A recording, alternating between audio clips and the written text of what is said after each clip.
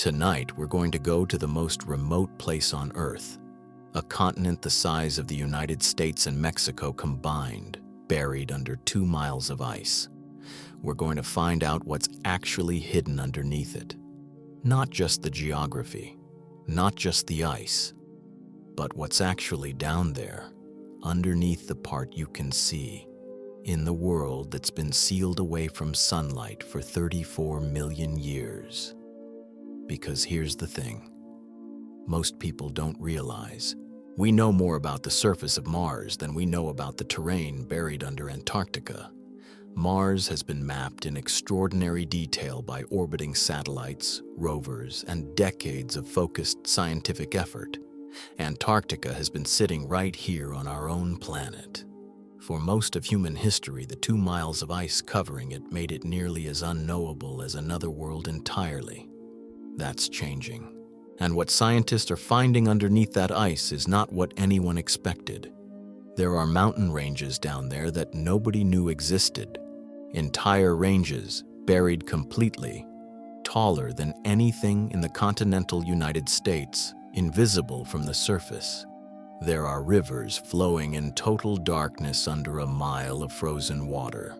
Rivers that don't just obey gravity. They sometimes flow uphill, driven by the crushing pressure of the ice above them. There are nearly 250 lakes sealed under that ice, some of them isolated from the outside world for millions of years. There are volcanoes, close to 140 of them hidden beneath the ice sheet, generating heat that's melting the ice from below in ways that our sea level models haven't fully accounted for. And there is life, in lakes that haven't seen sunlight since before the Himalayas reached their current height, in water that exists under pressures that would be lethal to almost anything on Earth's surface. Scientists have found thousands of species of living microorganisms. They aren't just surviving down there, they're thriving. Here's where things get uncomfortable.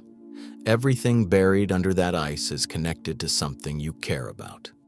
The hidden rivers are accelerating glacier loss beyond what current models predict. The undiscovered volcanic heat is feeding into a system that determines how fast Antarctic ice enters the ocean.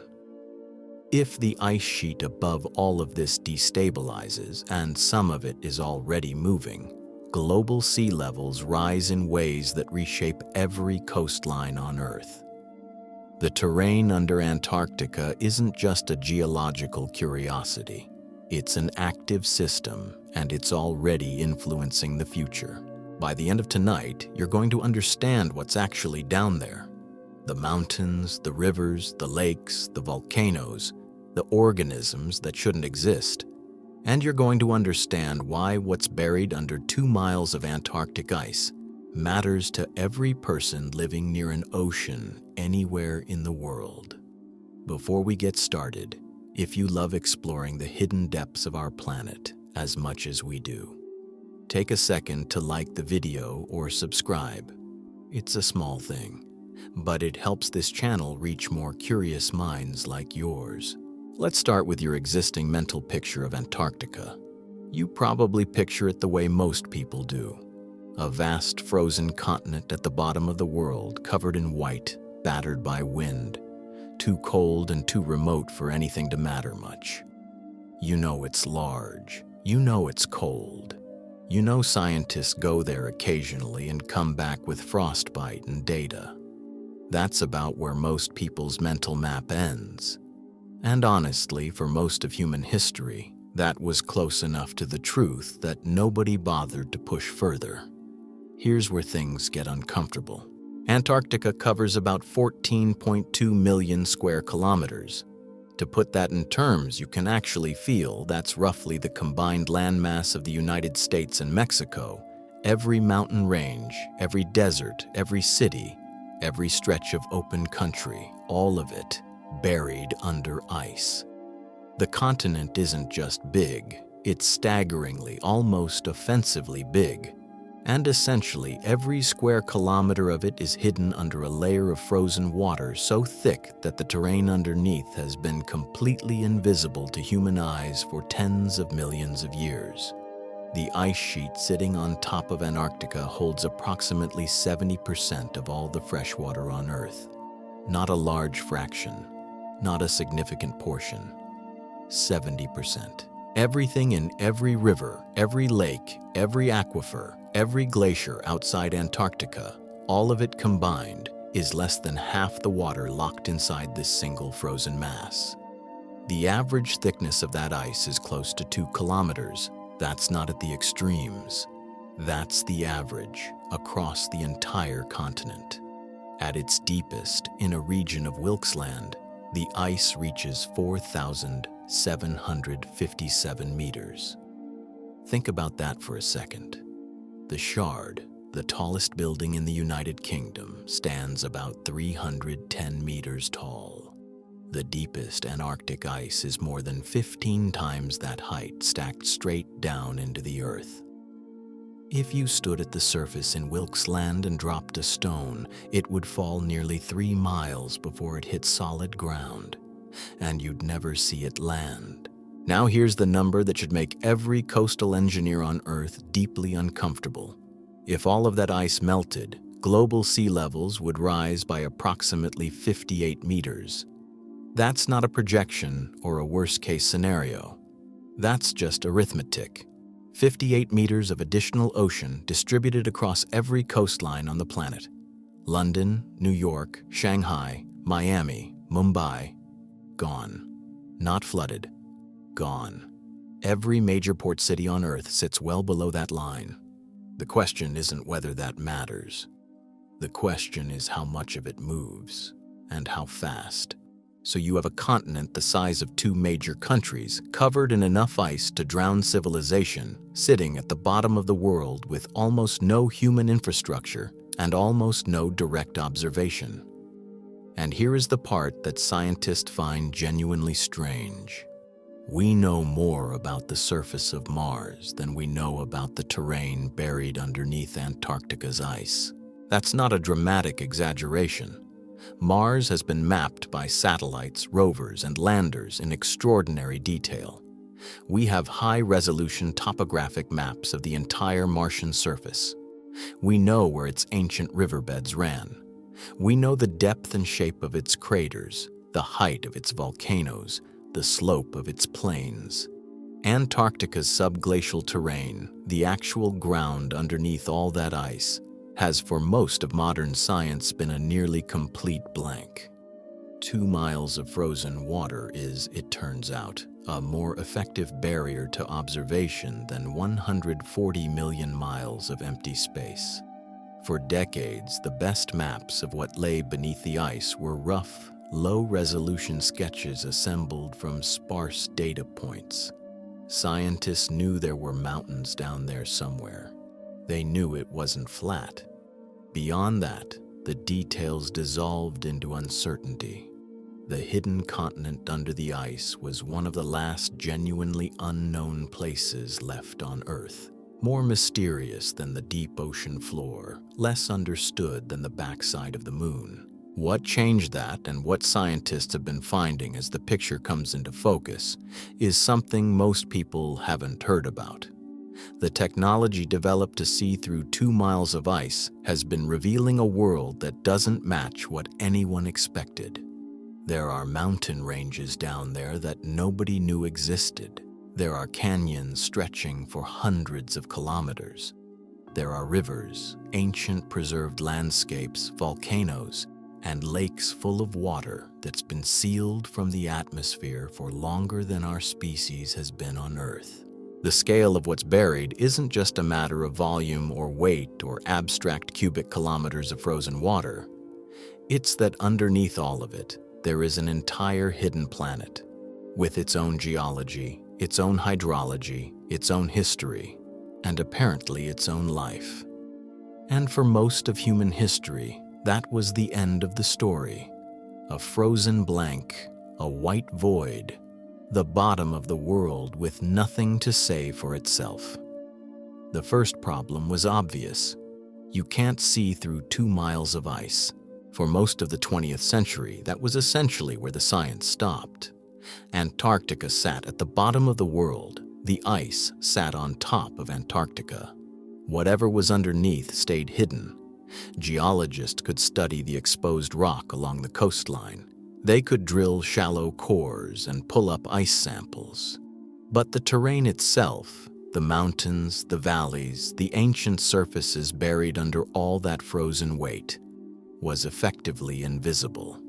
Scientists knew more about the shape of the moon's far side than they knew about the ground beneath the South Pole. What changed everything was radar. Not the kind you'd use to track aircraft, but a specialized version built to penetrate ice. Ice-penetrating radar works by sending radio wave pulses straight down through the ice sheet. Those waves travel through frozen water at a predictable speed. When they hit rock or liquid water at the base of the ice, they bounce back.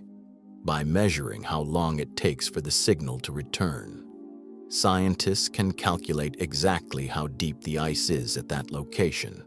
Run enough of those measurements across enough of the continent, you start to build a picture of the terrain beneath, one line at a time, one flight at a time, over decades.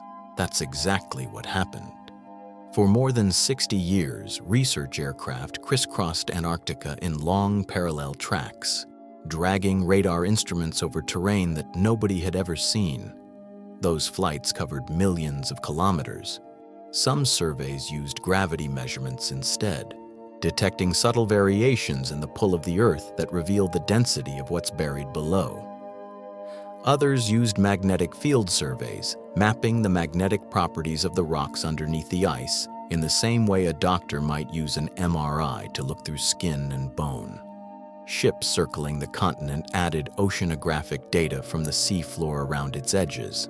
And in the earliest days of Antarctic science, before the age of satellites and aircraft, survey teams did this work on foot and by dog-drawn sled, pulling equipment across ice fields in temperatures that could kill a person in minutes.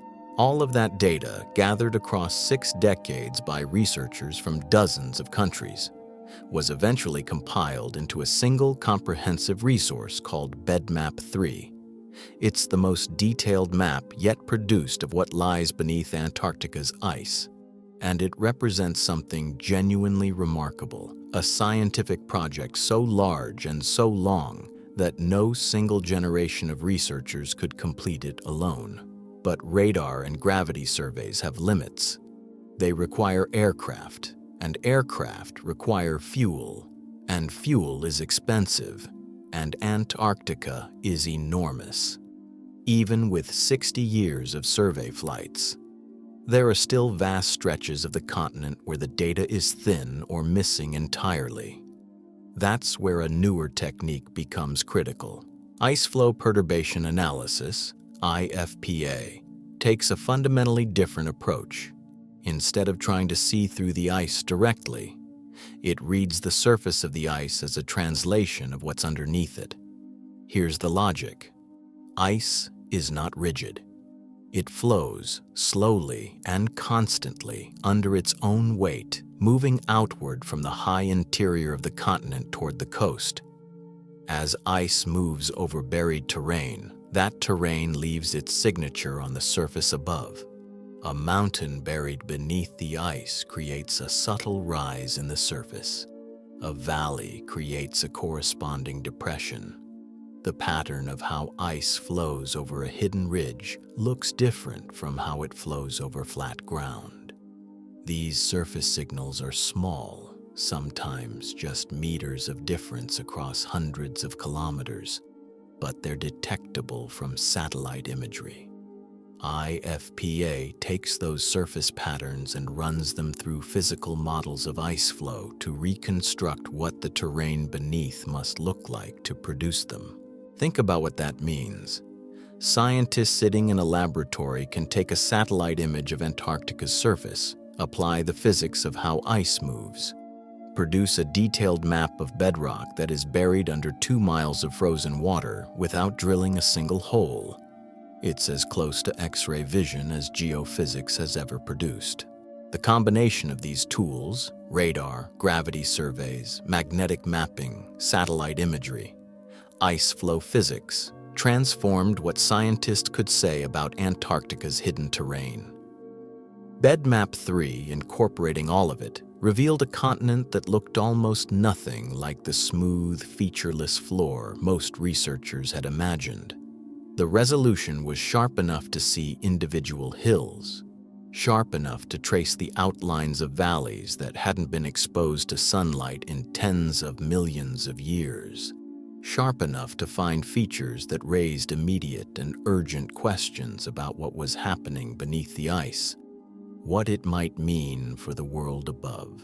The technology went from dog sleds dragging rudimentary instruments across ice fields to orbital satellites translating frozen surface ripples into subglacial geography.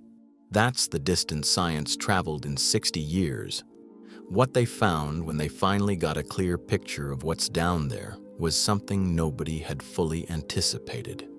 The terrain under Antarctica looks nothing like anyone expected. When scientists finally got a clear picture of what's buried under all that ice, what they found wasn't a flat, featureless plain.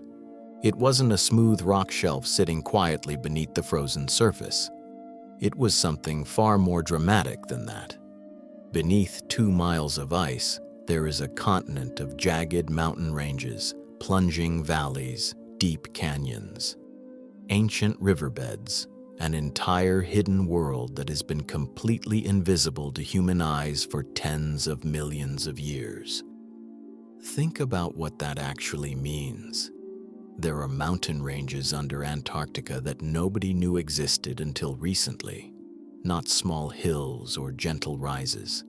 Mile-high mountain ranges, fully formed with peaks and ridges and slopes, buried so completely under ice that from the surface, you would never know they were there. You could fly over them and see nothing but flat white. The mountains are real. You just can't see them. That is a strange thing to sit with. The Transantarctic Mountains are one of the most significant geological features on the continent, running thousands of kilometers across Antarctica in a chain that divides east from west. For a long time, scientists had partial maps of these mountains. Now, thanks to the latest generation of surveys, they've been mapped in sharper detail than ever before. Deep valleys that were previously blurred or missing entirely have come into focus. Rugged peaks that were estimated rather than measured are now precisely mapped. The full scale of this mountain chain, one of the longest on Earth, is becoming clear for the first time. But the Transantarctic Mountains are only part of the story. Across the continent, high-resolution imaging has revealed terrain that consistently surprises researchers. The latest surveys found nearly 72,000 individual hills buried beneath the ice. That number matters because the previous best maps showed roughly half that. Double the hills. In a single round of updated mapping, scientists essentially discovered an entire continent's worth of hidden topography that previous technology had missed. The landscape beneath Antarctica is more complex, more varied, and more dramatic than anyone had calculated. Here's where things get uncomfortable for anyone who assumed Antarctica's story was already written. There is a valley in the Maud subglacial basin that stretches nearly 400 kilometers. Steep-sided, running deep through the buried landscape, carved out long before the ice arrived. That is not a crack in the bedrock.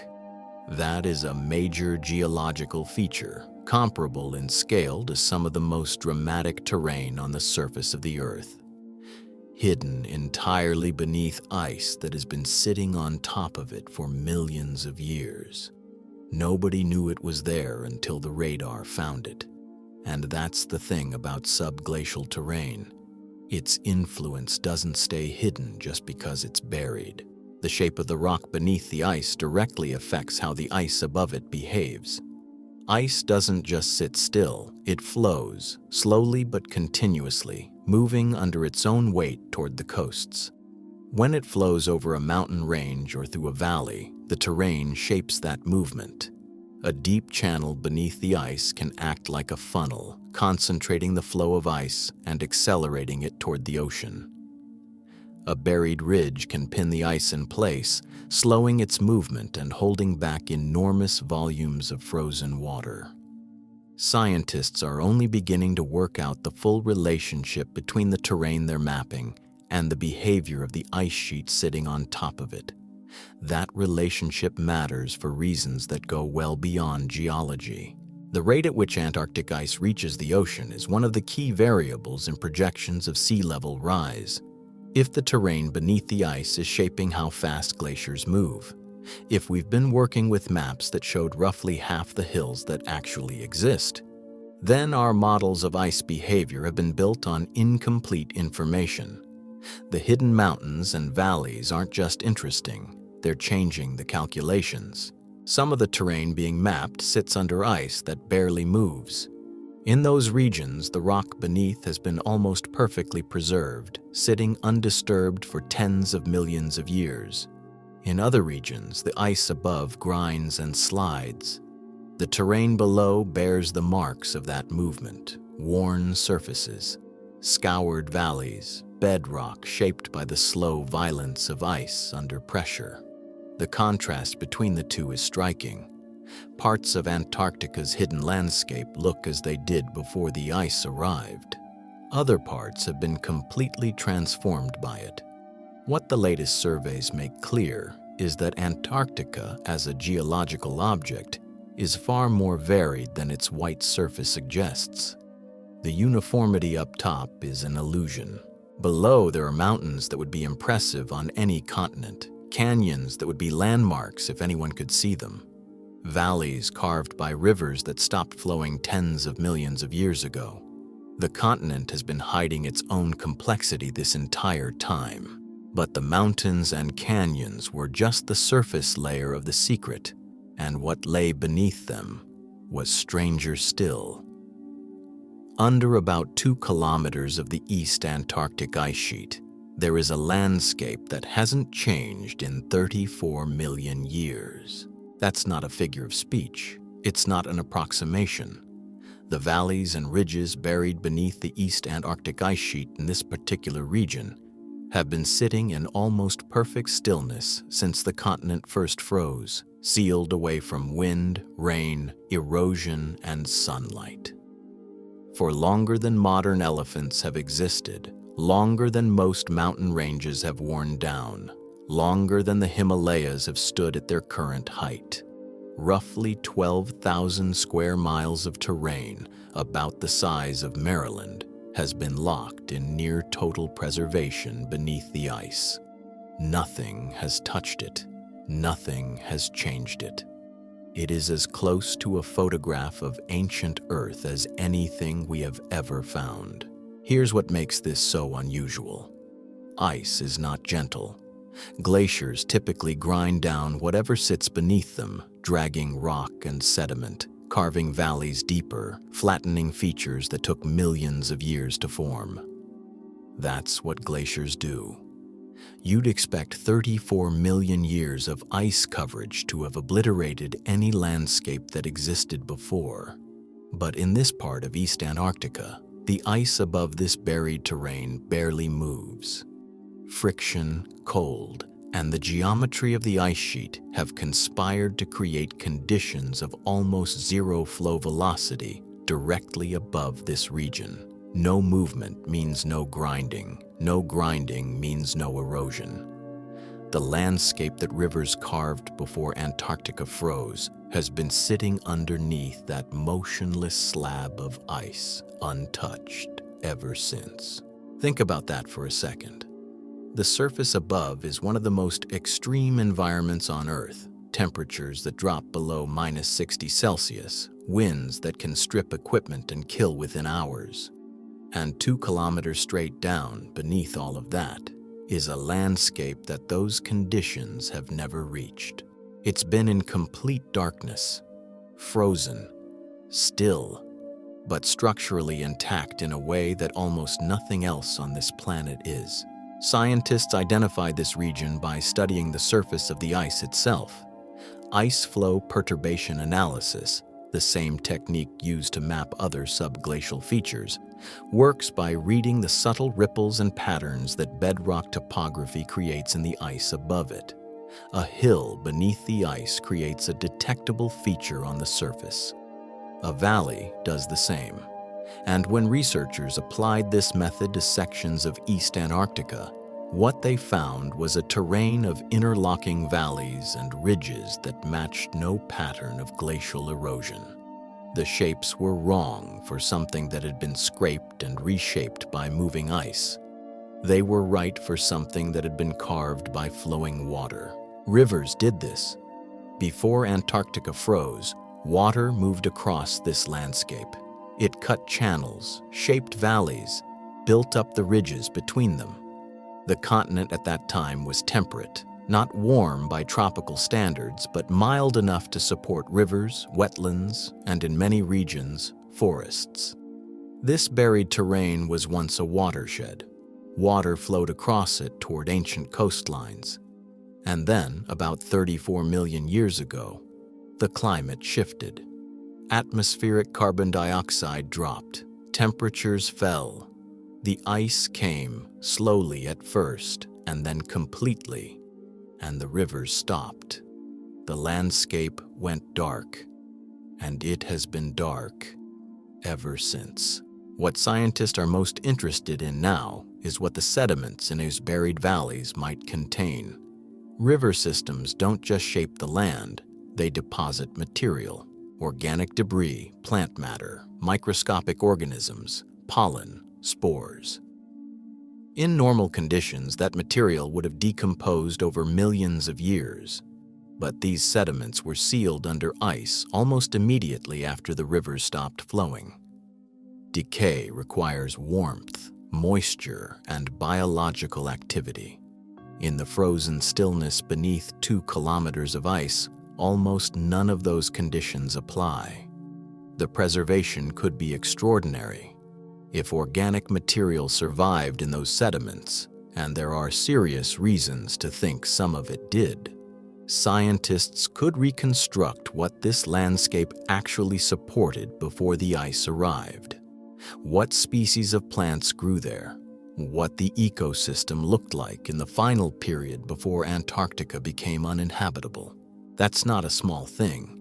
The moment Antarctica froze is one of the most significant climate events in Earth's history. Understanding exactly what existed immediately before that transition could tell us an enormous amount about how ecosystems respond to rapid cooling, how species disappear when habitats collapse, and what the planet looked like during a period of dramatic climate reorganization. The challenge is access. Getting a drill through 2 kilometers of ice without contaminating whatever lies below is extraordinarily difficult. The drilling programs that have reached subglacial lakes in other parts of Antarctica took years of preparation and required designing sterilization systems that could keep equipment clean enough not to introduce surface biology into a sealed environment. Reaching these buried sediments would require the same precision applied at greater depth in a region where the logistics of operating on the ice are already among the hardest in the world. But scientists are not waiting passively. Every new survey flight adds resolution to the picture. Every improvement in radar penetration reveals more detail about the terrain below. The outline of what's down there is becoming clearer, and the clearer it gets, the more the scientific community understands what it would mean to actually reach those sediments and bring samples to the surface. What those samples might show is a version of this continent that no human has ever seen, not even in imagination. A landscape that rivers carved, that forests may have edged, that existed in a world warm enough to sustain life at the bottom of the Earth. It's not just geology, it's a time capsule, and scientists are only just beginning to figure out what's inside it. Here's something that doesn't seem like it should be possible. There are rivers flowing under Antarctica right now. Not frozen rivers, not ancient riverbeds locked in ice. Actual liquid water moving through channels beneath a mile of frozen sheet in total darkness at temperatures that would kill an unprotected human in minutes. The landscape beneath Antarctica was already strange enough. Buried mountain ranges, ancient preserved valleys, terrain that hasn't seen sunlight in 34 million years. But the landscape isn't static. There is water moving through it, and that changes everything about how scientists think this system works. Here's where things get uncomfortable. The ice above Antarctica is so massive, so extraordinarily heavy, that it generates pressure at its base that would crush most engineered structures. That pressure does something unexpected. It lowers the melting point of ice. Even at temperatures well below freezing by surface standards, the base of the ice sheet melts. Not quickly. The melt rate is measured in fractions of an inch per year. But Antarctica is enormous, and it has been sitting on its own bedrock for tens of millions of years. The meltwater has had time to accumulate. It pools in low points, collects along the contours of buried valleys, and eventually it moves. That's where the rivers come from. Geothermal heat contributes too. The Earth beneath Antarctica isn't cold or inert. The crust generates heat through radioactive decay, and in regions where volcanic activity is highest, the West Antarctic Rift System, Marie Byrd Land, that heat pushes up into the base of the ice sheet from below. Ice that might otherwise remain frozen begins to liquefy. The resulting meltwater joins what's already accumulating from pressure melting above, and the rivers grow. Now, here's the part that genuinely defies intuition. These rivers don't simply flow downhill. On the surface, water follows gravity. Under Antarctica, water follows something more complicated: the combined influence of gravity and the pressure gradient created by the ice above. The ice sheet isn't perfectly flat. It's thicker in some places and thinner in others. Where the ice is thicker, the pressure at the base is higher. Where it's thinner, the pressure drops. Water at the base of the ice sheet flows from high pressure to low pressure, which means it flows from regions of thick ice toward regions of thin ice. That direction doesn't always align with the slope of the bedrock below. These rivers can flow uphill, not because physics has failed, but because the weight of 2 kilometers of ice overhead is doing the work instead of gravity. Think about that for a second. Rivers flowing uphill in complete darkness under a mile of frozen water, guided not by the tilt of the land, but by the overhead pressure of an ice sheet the size of a continent. There is nothing else like this on Earth's surface. Researchers have been able to trace specific river systems using a combination of ice-penetrating radar, surface elevation measurements from satellites, and ice flow modeling. One major subglacial river system flows out from beneath the ice in multiple locations along the Antarctic coastline, draining water that accumulated far inland and routing it toward the ocean through channels that follow pressure contours rather than terrain. These aren't small trickles. The discharge from some of these systems, when it reaches the coast, is large enough to influence ocean salinity in the surrounding waters. Scientists have detected the freshwater signature at the surface in places where no obvious surface source exists. The source is under the ice, and it has been flowing for longer than any living person has been measuring it. The lakes are connected to this system too. Subglacial lakes, and there are more than 200 confirmed beneath Antarctica, don't just sit still. They fill slowly over years or decades as meltwater accumulates, and then they drain, sometimes catastrophically, releasing enormous volumes of water into the river networks below. When a subglacial lake drains, the water can travel hundreds of kilometers through subglacial channels before exiting beneath a glacier at the coast. The surface of the ice above actually drops measurably when this happens. Satellites have detected sudden subsidence events in East Antarctica that correspond to lake drainage episodes happening more than a kilometer below. You can watch the ice sheet deflate from space when a hidden lake empties. What comes out the other end of these river systems matters enormously. Where subglacial rivers emerge beneath ice shelves, the floating extensions of the ice sheet that project out over the ocean, they carry warm, pressurized fresh water into contact with the base of the ice. Ice shelves are the buttresses that hold back the glaciers behind them. If those shelves weaken, the glaciers they're holding back accelerate toward the sea. The hidden rivers aren't just a curiosity of subglacial geology. They are connected physically and directly to the question of how fast Antarctica loses ice and how much sea level rises as a result. The rivers are real, they're active, and they're doing something that climate scientists find deeply alarming.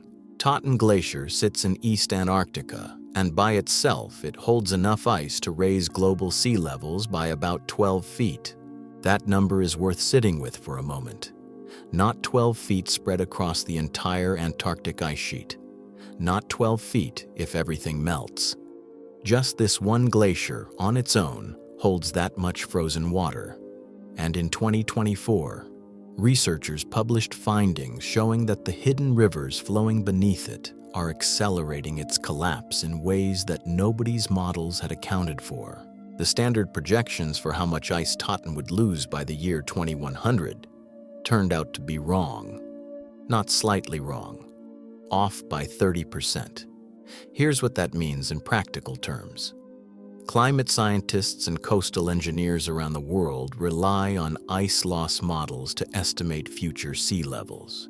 Those models inform flood maps, infrastructure decisions, evacuation planning, and the design of every major coastal project built in the last 2 decades.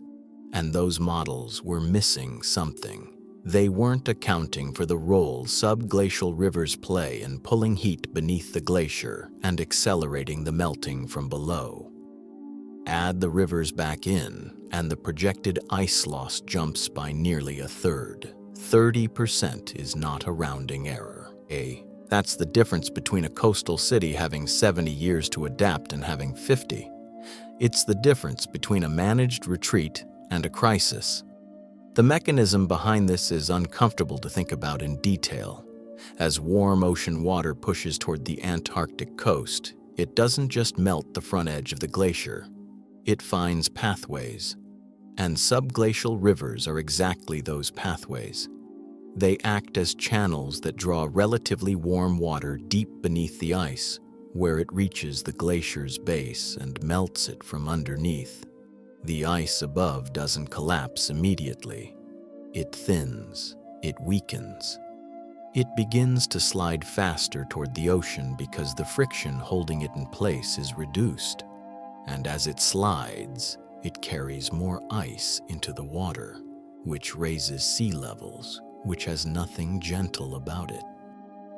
What makes Totten particularly alarming is its geometry. The bedrock beneath it slopes downward as you move inland. That slope matters enormously.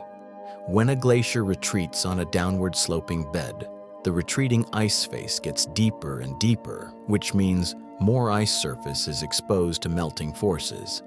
It can become self-reinforcing. The retreat accelerates as it goes, and there's no natural break that kicks in. Scientists call this marine ice sheet instability, and Totten is considered one of the most vulnerable glaciers on Earth to exactly this kind of runaway process. And this isn't just about Totten. That glacier is the clearest example because the 2024 research focused there specifically. But the same hidden river networks run beneath other major glaciers across Antarctica. The same underestimation likely applies across the entire ice sheet model.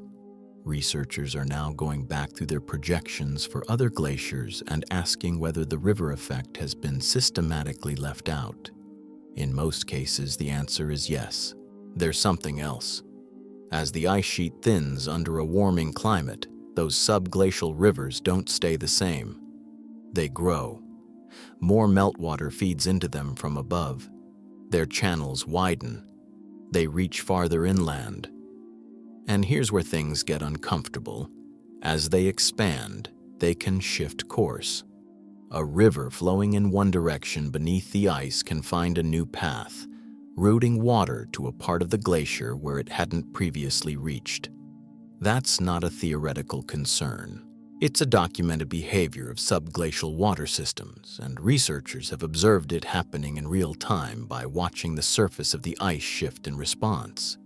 The ice above sinks slightly when a subglacial lake drains. It rises when water collects beneath it. Those movements are measurable from space, and they reveal a hidden hydraulic system that is actively changing. The cities that need to pay attention to this are not abstract. Miami sits barely 2 meters above sea level. Amsterdam, Mumbai, Shanghai, Jakarta, Bangkok. These are not small towns. They are home to hundreds of millions of people, and their flood planning is built around sea level projections that were already considered serious before anyone fully factored in what was happening beneath Totten. Engineers designing seawalls today are working with numbers that may already be out of date. What 2024 made clear is that we cannot understand Antarctic ice loss from the surface. The rivers underneath are not a secondary detail. They're a primary driver of how the ice sheet behaves, and we're only now learning to include them in the math. Every year of additional data refines the models, but the direction of the refinement has consistently pointed in one direction. Things are moving faster than the previous estimate. The floor of Antarctica is not passive, it is actively reshaping the timeline. The ice above is moving, the rivers below are growing, and the models we've been using to predict the future may have been wrong in ways that matter a great deal. Buried under Antarctica's ice, there are lakes. Not metaphorical lakes, not thin films of meltwater. Actual bodies of standing water, some of them enormous, sealed under kilometers of ice, sitting in complete darkness at temperatures that hover just below freezing, cut off from the surface world in some cases for millions of years. This isn't a new theory. Scientists have known about subglacial lakes for decades, but what they didn't know until recently was how many there were, how large some of them were, and what was actually happening inside them. The first clue came from radar. When scientists flew aircraft over Antarctica and sent radio waves down through the ice, most of the signal bounced back from rough, irregular terrain. Rock and sediment scatter radar unevenly. But in certain places, the return signal was something different entirely. Flat, bright, almost mirror-like. That kind of reflection means a smooth, horizontal surface, and the only thing that produces a surface that flat under kilometers of ice is liquid water. The radar was bouncing off lakes, hidden, pressurized, lightless lakes that nobody had ever seen. The first confirmed subglacial lake was identified in the 1970s. Then more were found. Then more. The picture that emerged was not a few isolated anomalies. It was a system. Here's where things get uncomfortable. Thanks to a decade of data from the European Space Agency's Cryosat-2 satellite, the known count of active subglacial lakes beneath Antarctica has grown to 231. That number is almost certainly an undercount. We've mapped less than half the subglacial terrain at high resolution. There are almost surely more lakes sitting beneath portions of the continent that nobody has surveyed carefully yet. What we've confirmed is staggering enough, but the confirmed inventory alone suggests a hidden water world of a scale that nobody anticipated when the first radar returns came back strange in the 1970s. The largest of these lakes is Lake Vostok, and the numbers around it are difficult to absorb. It sits beneath the Russian Vostok Station in East Antarctica, under roughly 4 kilometers of ice. It's approximately 250 kilometers long and 50 kilometers wide. By volume, it ranks among the largest lakes on Earth, comparable to Lake Ontario. It has been sealed under that ice for an estimated 15 to 25 million years. Think about that for a second. While everything above the ice changed, continents shifted, species rose and vanished, human civilization appeared from nothing, Lake Vostok sat in complete darkness under 4 kilometers of frozen pressure, untouched. The water in that lake has not been in contact with the atmosphere since before the first hominids walked the earth. And Lake Vostok is not alone in that kind of isolation. Some of the 231 known active lakes appear to have been hydrologically sealed for millions of years. Others behave very differently. Some of these lakes drain suddenly, catastrophically, routing enormous volumes of water beneath the ice in what scientists call outburst floods. The surface of the ice above actually sinks when one of these drainage events happens, and satellites have caught this in real time. A lake that took years to fill can empty in a matter of months, sending a pulse of water racing through subglacial channels to the ocean. Then it refills. The cycle repeats. These active, draining lakes are connected by the same river networks discussed earlier, and they influence the speed of the glaciers above them. When a glacier is sitting on a cushion of water, it moves faster. When that water drains, friction increases and the glacier slows. The lakes are not passive features. They're part of a dynamic system that is actively regulating how quickly Antarctica's ice reaches the sea. What makes all of this genuinely strange is the environment these lakes exist in. There is no light. None. Not a photon. The pressure at the base of 4 kilometers of ice is crushing. The temperatures hover just below 0 Celsius, kept liquid only by the pressure itself and by the slow seep of geothermal heat from the rock below.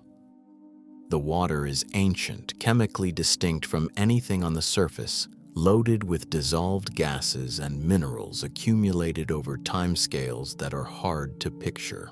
In every conventional sense, these lakes should be dead, sterile, a cold, pressurized void. That assumption turned out to be wrong. Not slightly wrong, dramatically wrong. When scientists began developing the technology to actually sample these lakes without contaminating them, the results forced a complete reassessment of what life requires to exist. The lakes are not empty, they are not sterile, and the implications of what was found inside them reach far beyond Antarctica, into the question of what's possible in the rest of the solar system. But before any of that could be understood, someone had to actually get into one. The drilling technology required to reach a subglacial lake without introducing surface contamination took years to develop, and was, in its own way, one of the most demanding engineering problems in polar science. You can't just drill a hole and lower a bucket. Any contamination from the surface, any microbe from the drill site, any chemical from the drilling fluid would corrupt the sample and make the results meaningless. The whole point was to find out what was already living down there, and that meant keeping everything from the surface out. And the question that began to haunt researchers wasn't just what was in those lakes. It was whether anything was alive in them. In 2013, a scientific team drilled through more than 800 meters of ice in West Antarctica to reach a lake that had been sealed from the outside world for tens of thousands of years. That alone tells you something about what this kind of science actually requires. You can't just lower a drill into the ice and hope for the best. Lake Whillans had been isolated for an enormous stretch of time, untouched by anything from the surface. And if the drilling team contaminated the water with microbes from outside, the entire mission was worthless. Every instrument, every drop of drilling fluid, Every piece of equipment that went anywhere near that borehole had to be sterilized to a standard that rivals surgical operating rooms. The team used a hot water drill, essentially blasting their way down through 800 meters of ancient ice with near-boiling, ultra-filtered, ultraviolet-treated water. The goal was to punch through cleanly, collect samples from the lake below, and do it all without introducing a single foreign organism. It took years of planning. The logistics alone were staggering. Antarctica doesn't forgive operational failures. Equipment that malfunctions at those temperatures in that kind of environment doesn't get repaired easily. Supply chains stretch across continents, and the window for drilling is narrow, dictated entirely by Antarctic seasons. One bad storm, one mechanical failure at the wrong moment, and the mission is over for another year. They got through. The drill broke into the lake, and water from below welled up into the borehole. Samples were collected.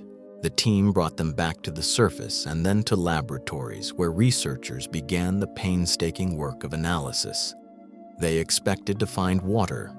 They found water. But what they weren't prepared for, what genuinely stunned the scientific community, was what was living in it. More than 1,000 species of bacteria. That was the initial figure. As analysis deepened, the total microbial count climbed higher. Nearly 4,000 species of microorganisms had been identified in Lake Whillans, thriving in water that hadn't seen sunlight, hadn't been touched by surface air, and had been sitting under approximately 800 meters of ice for tens of thousands of years. These weren't dormant cells. They weren't ancient remnants waiting to be classified as dead. They were metabolically active. They were feeding. They were reproducing. They were alive in every meaningful sense of the word. Here's where things get uncomfortable in the best possible way. The conditions in Lake Whillans should not support life in the way we typically think about it. The temperature hovers just below freezing. There's no sunlight reaching the lake, not even a trace. The pressure from the ice overhead is crushing, and yet the organisms living down there weren't struggling to survive in marginal conditions. They were thriving. Scientists measured the carbon content of the lake water and found it was 54 times the amount necessary to sustain life. 54 times. There wasn't just enough to keep these organisms alive. There was enough to support a genuinely dense, complex microbial ecosystem. So what were they eating? The answer requires you to abandon any assumption that life depends on photosynthesis somewhere in the chain. These organisms were feeding on minerals dissolved directly in the subglacial water, compounds released by rock being slowly ground to powder under the weight of the ice above, methane, ammonium, sulfur compounds, iron. These were the fuel sources. Some were feeding on ancient carbon that had been deposited in the sediment roughly 6,000 years ago, organic material left over from a time when the ocean covered the region before the ice advanced. The food chain in Lake Whillans had nothing to do with sunlight.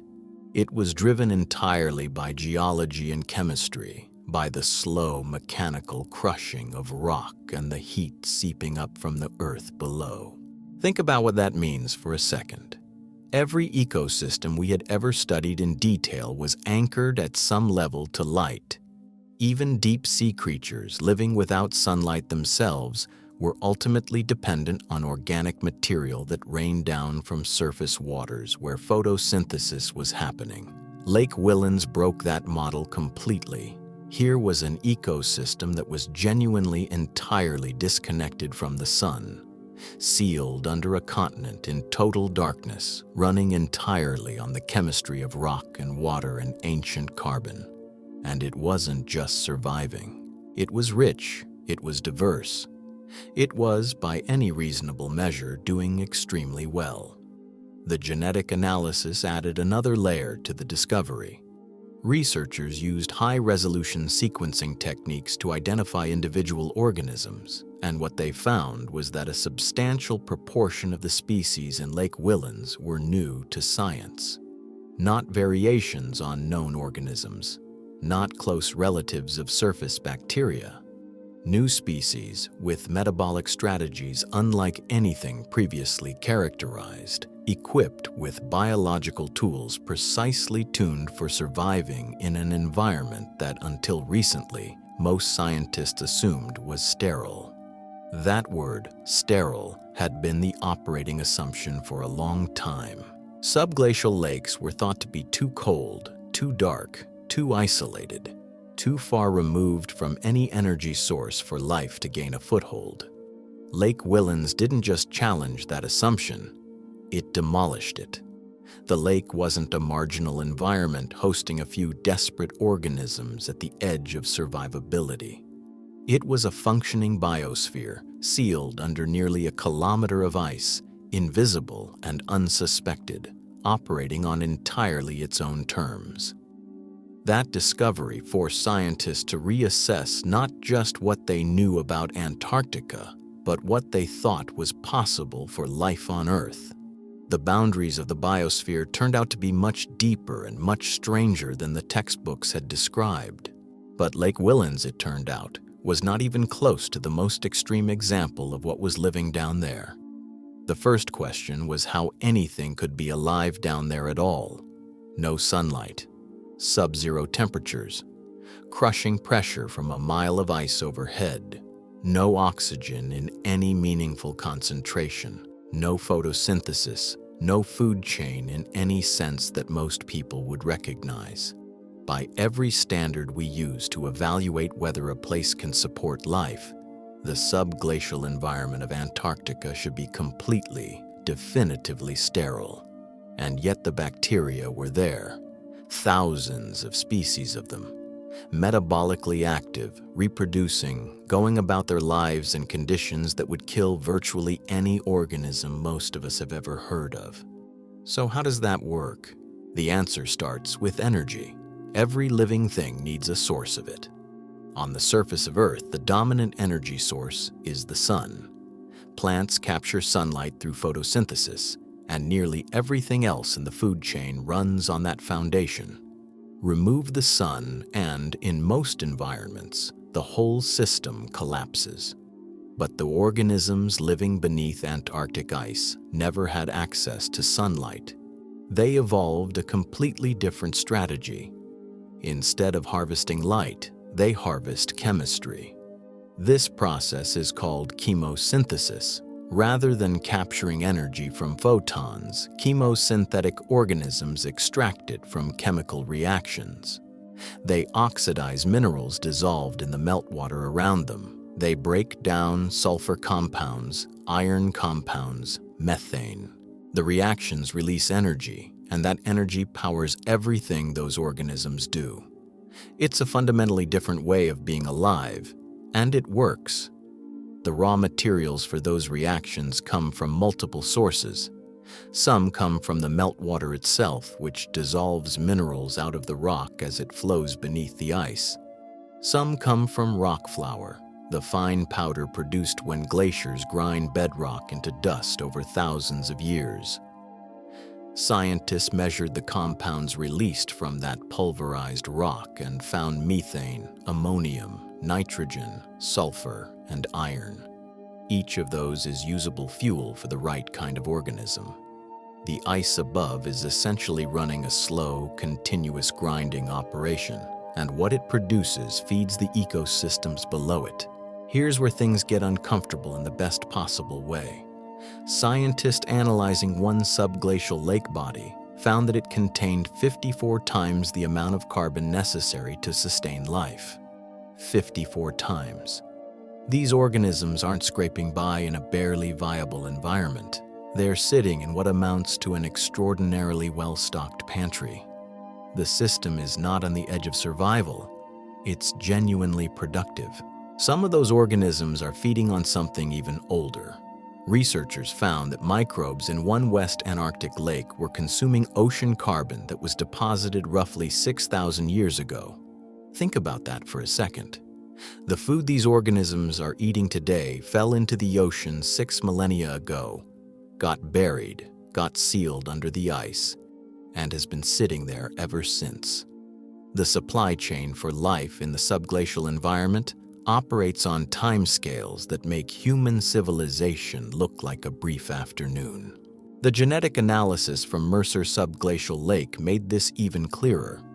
Scientists isolated individual cells from bacteria and archaea, single-celled organisms with no cell nucleus, collected from the lake's water and sediments. From those cells, they produced 1,374 single-cell amplified genomes. That's essentially a genetic portrait of the entire community living down there. What it showed was striking. Most of those genomes belonged to species that had never been described before. New life.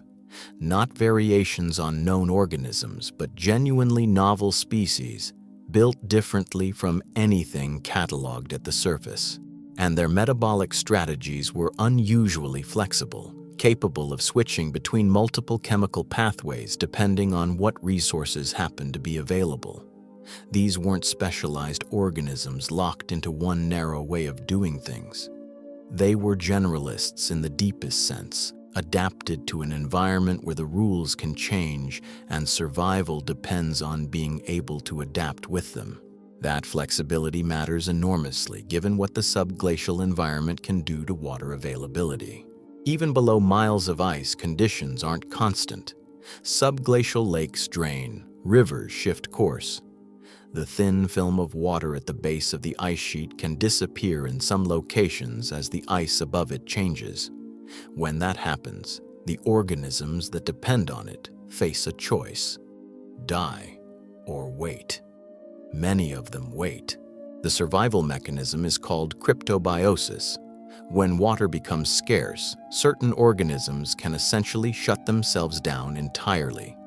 They desiccate, lose almost all of their internal water, and in doing so, they halt every metabolic process. No respiration, no reproduction, no chemical activity of any kind. They become, in a functional sense, inert objects, and they can remain in that state for an extraordinarily long time. Microbes in Antarctica adapt to water scarcity the same way desert microbes do. They dry up, they stop, and they wait.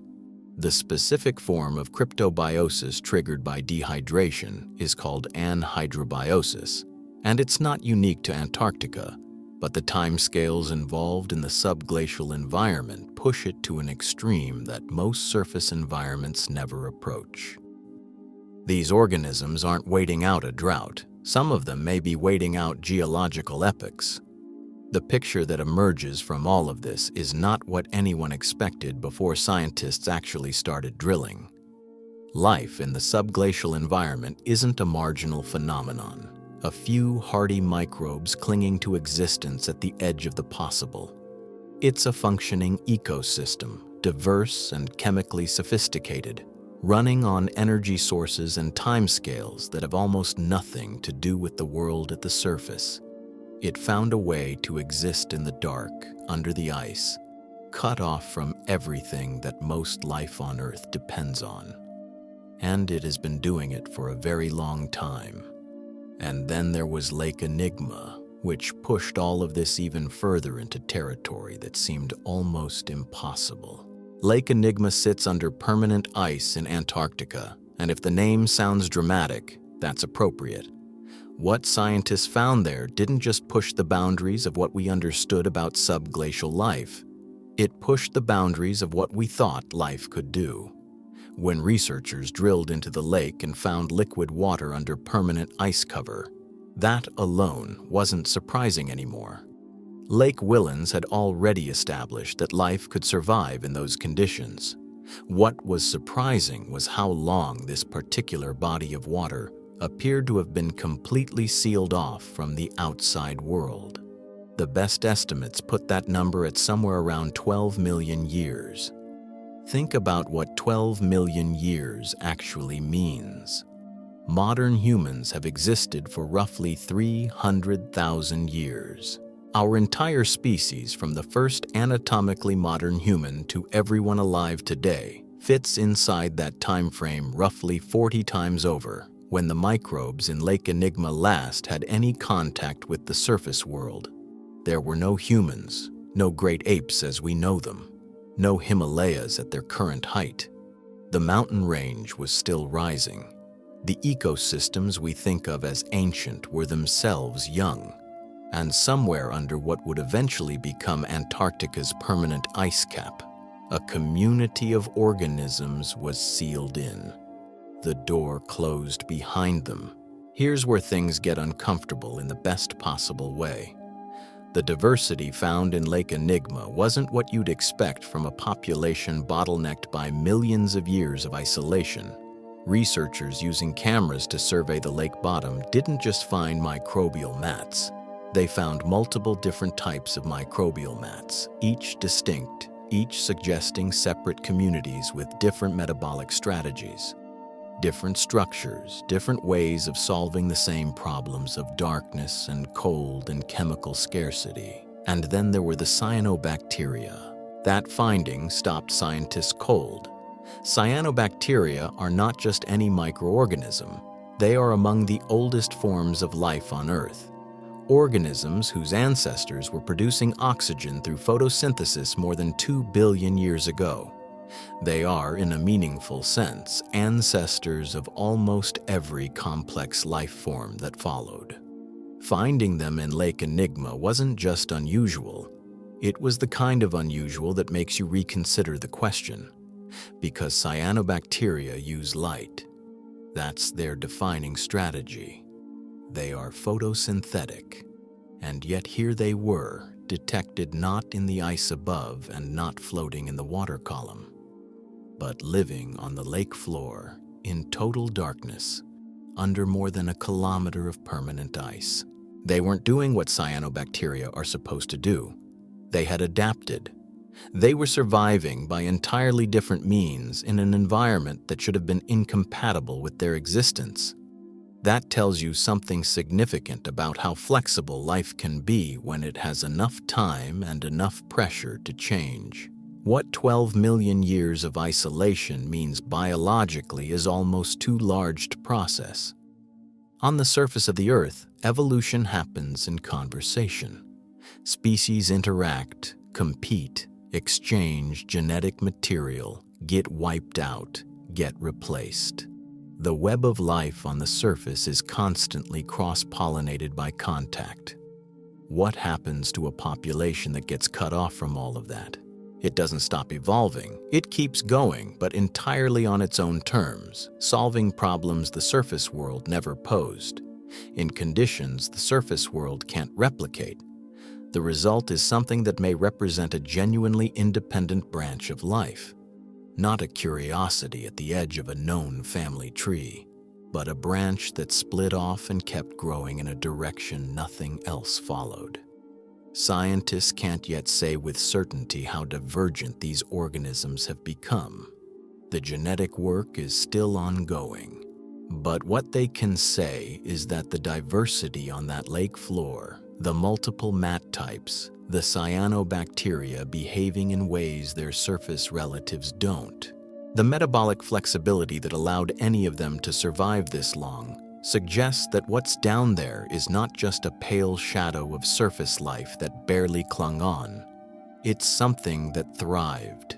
Something that adapted so thoroughly to a world without sunlight, without seasons, without any of the rhythms the rest of life on Earth depends on, that it became something genuinely different. And that raises a question that scientists are careful with but can't entirely set aside. If life can do this under Antarctica, sealed away for 12 million years, adapting to conditions that seem designed to end it, evolving in complete independence from everything else on the planet, what does that say about how many other sealed, dark, pressurized, frozen environments might be doing the same thing? not just on Earth. The implications of finding life that evolved in isolation for millions of years reach far beyond Antarctica. We'll come back to that. In 2022, scientists found something no one had expected to find beneath the Whillans ice stream. They weren't looking for it. The team was using magnetotelluric imaging, a technique that maps electrical conductivity deep underground by measuring how natural electromagnetic fields penetrate rock and sediment. Salty water conducts electricity. Fresh water doesn't. And what the instruments picked up beneath the Whillans ice stream was a signal so large, so deep, that it took some time to understand what they were actually seeing. What they found was an aquifer, not a subglacial lake sitting in a basin under the ice, not a river threading through buried valleys, but a vast body of ancient brine saturating the porous sediment beneath the ice sheet itself, extending downward to depths that no one had mapped before. Scientists called it fossil seawater, water that had been sealed away from the outside world not for thousands of years, but potentially for much longer than that. It was sitting there in the sediment, compressed under the weight of the ice above, completely cut off from the modern ocean. From the surface, from anything we would recognize as the connected water system of a living planet. Here's where things get uncomfortable. This wasn't a small discovery. The aquifer sits deeper than the known subglacial lakes, deeper than the rivers. It underlies the ice stream itself, filling the gaps in the sediment the way water fills a sponge. It appears to be enormous. Scientists had long suspected that the porous sediment under Antarctica's ice probably held water. What they didn't fully appreciate was how much or how far down it went, or how ancient it might be. This was the confirmation of something that existing models had not seriously accounted for. The structure of what they found is worth pausing on. At the base layer, the water is intensely salty, a dense brine that has likely been there since before the ice sheet formed, possibly remnants of an ancient ocean that once covered this terrain before Antarctica froze. Above that base layer, the water becomes progressively fresher, meltwater filtering down from above over thousands of years, layering on top of the old brine without fully mixing with it. Salty at the bottom, fresher toward the top. Two different water histories sitting one on top of the other, separated by density, sealed under ice that has no idea they're there. Think about what that means for the ice sheet itself. The ice above doesn't just rest on solid rock. In large sections of West Antarctica, it rests on sediment, saturated sediment. Sediment that, if the water pressure within it changes, can become less stable, less resistant, more capable of allowing the ice above to slide. Subglacial water pressure is one of the key variables controlling how fast glaciers move. If there is significantly more water in the system than current models account for, then those models are underestimating the lubrication available at the base of the ice. And if the ice slides more easily than predicted, it reaches the ocean faster. That matters for every projection of how quickly sea levels could rise. Scientists had already revised their understanding of what's happening under Antarctica once, when subglacial rivers turned out to be more extensive and more consequential than anyone expected. This discovery suggested another revision was necessary. The aquifer isn't just a curiosity, it's a variable that needs to be folded into models of ice sheet behavior. Right now, in most of those models, it isn't there. The ice sheet is being analyzed as if the sediment beneath it is behaving a certain way. The sediment is not behaving that way. This was because it's saturated with pressurized ancient water that no one knew to account for. There's also the question of what that water contains. Fossil seawater doesn't just mean old water. It means water that has been chemically active for an enormously long time, interacting with the rock and sediment around it. accumulating dissolved minerals and compounds over geological timescales. Scientists studying the microbial life in subglacial lakes have already established that organisms can survive in exactly these kinds of chemically rich, lightless, pressurized environments. Whether anything lives in the aquifer itself is not yet known. The tools used to detect it were imaging instruments, not drills. Nobody has sampled it directly. But given what was found in Lake Whillans and Lake Enigma, the question has to be asked. What the 2022 discovery made clear was that the subglacial water system under Antarctica is layered in ways that are more complex than anyone had previously mapped. Lakes on the surface of the bedrock, rivers threading between them. And now, deeper still, an ancient reservoir of brine filling the sediment itself, sitting beneath everything else, influencing how the whole system behaves. It was another reminder that Antarctica had been keeping secrets in layers.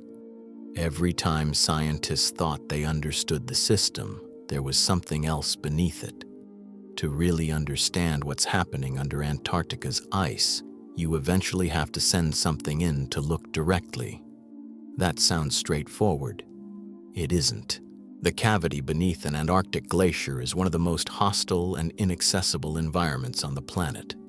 The water is below freezing, the pressure is immense, the ice above can shift without warning.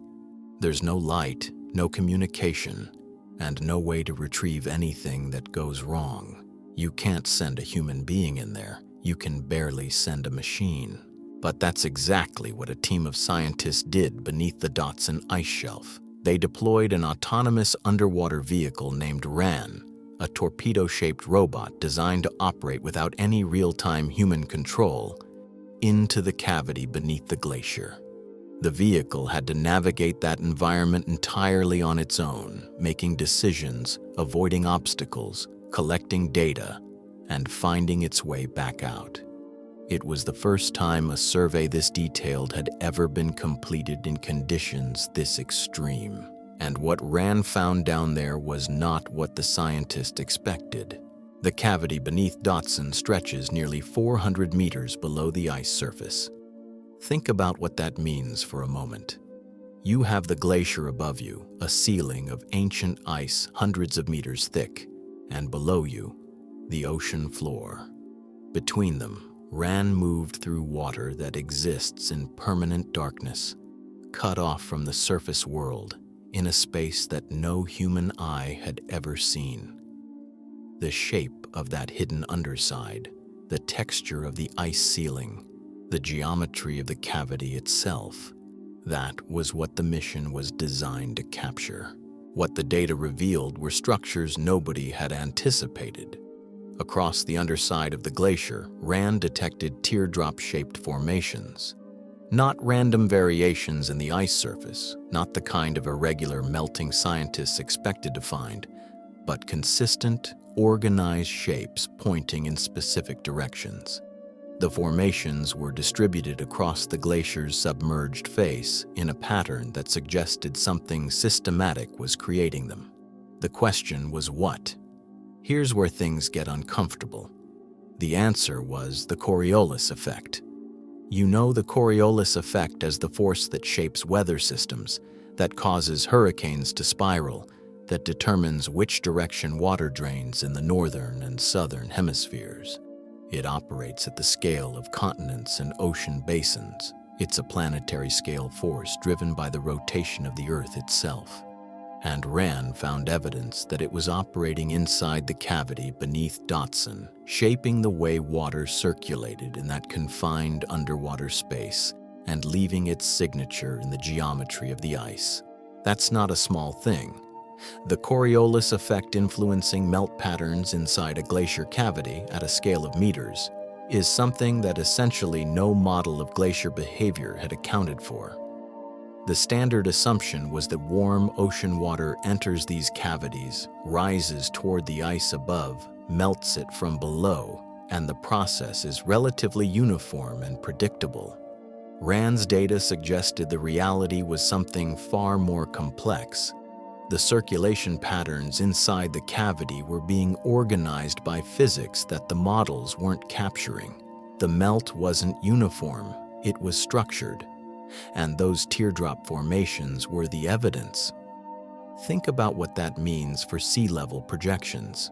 Every estimate of how fast Dotson, or any ice shelf with a similar cavity geometry, is losing mass is built on assumptions about how melting works at the ice-ocean interface.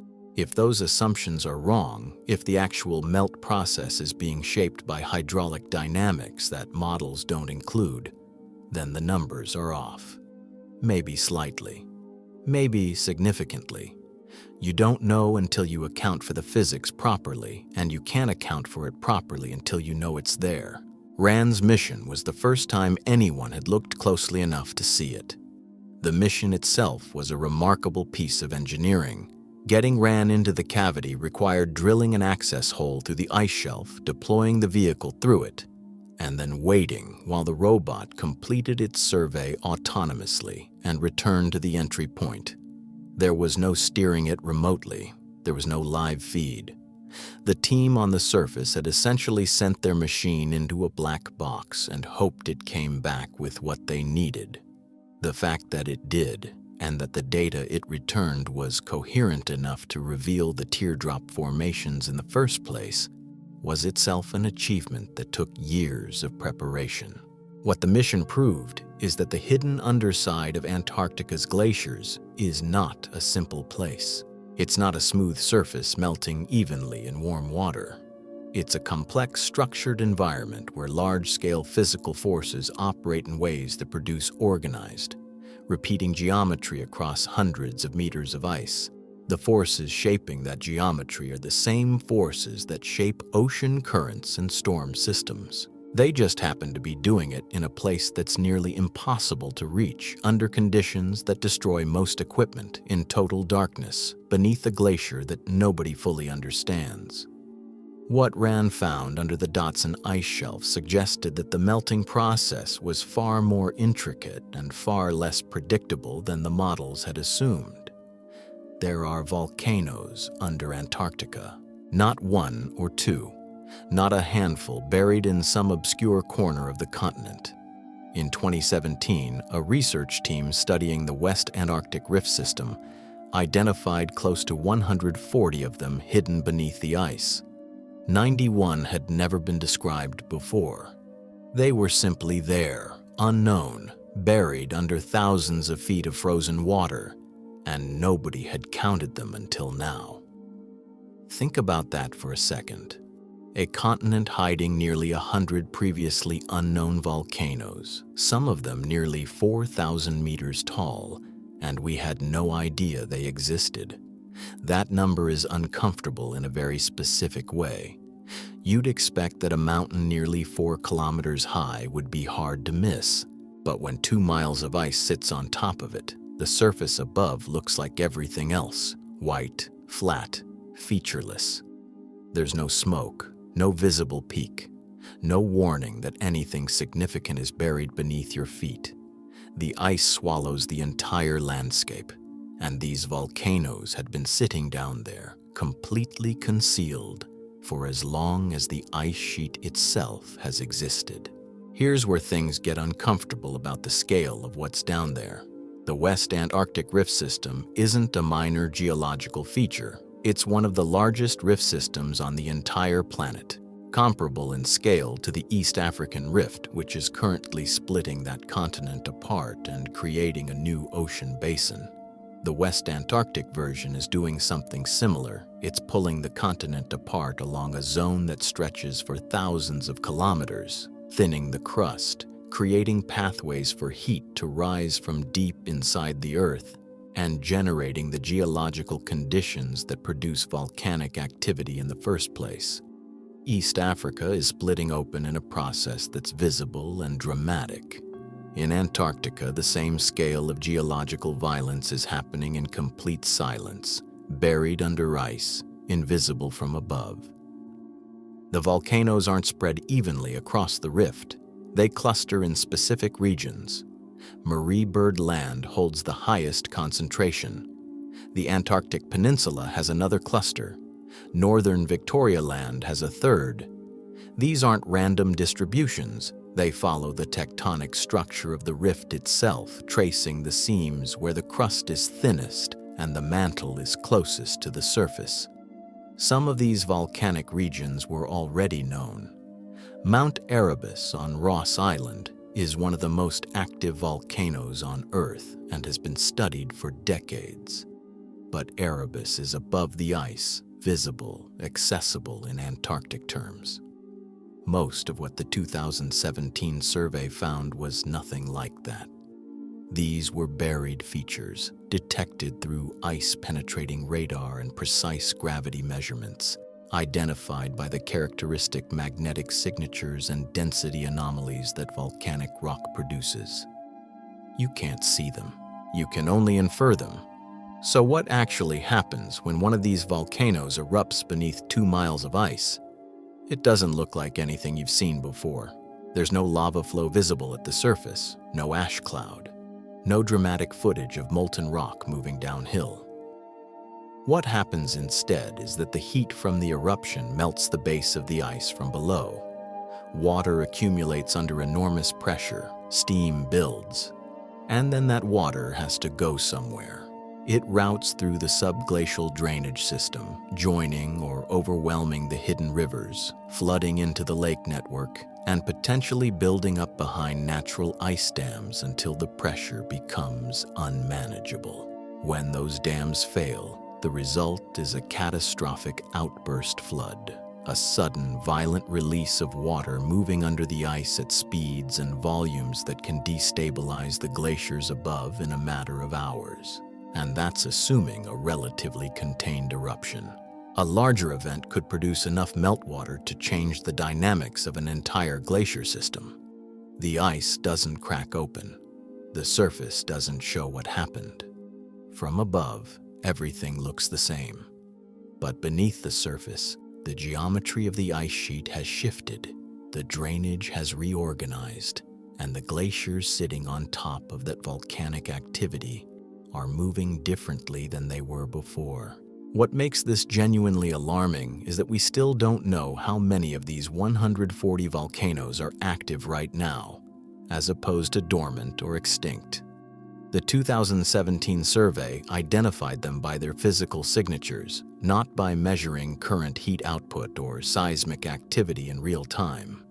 Some of them are certainly dormant. Others may be generating heat continuously, contributing to basal melting at rates that current models don't fully account for. And some may be on a cycle that, in geological terms, means an eruption is not far off, though not far off in geological terms could mean anything from next year to 10,000 years from now. The uncertainty is real, and it matters. What the 2017 discovery confirmed is that the Antarctic ice sheet doesn't sit on stable, cold, inert rock. It sits on a geologically active surface that generates heat, reshapes drainage systems, and interacts with the ice in ways that are still being mapped and understood. The continent is not a passive foundation. It's an active participant in what the ice above it does.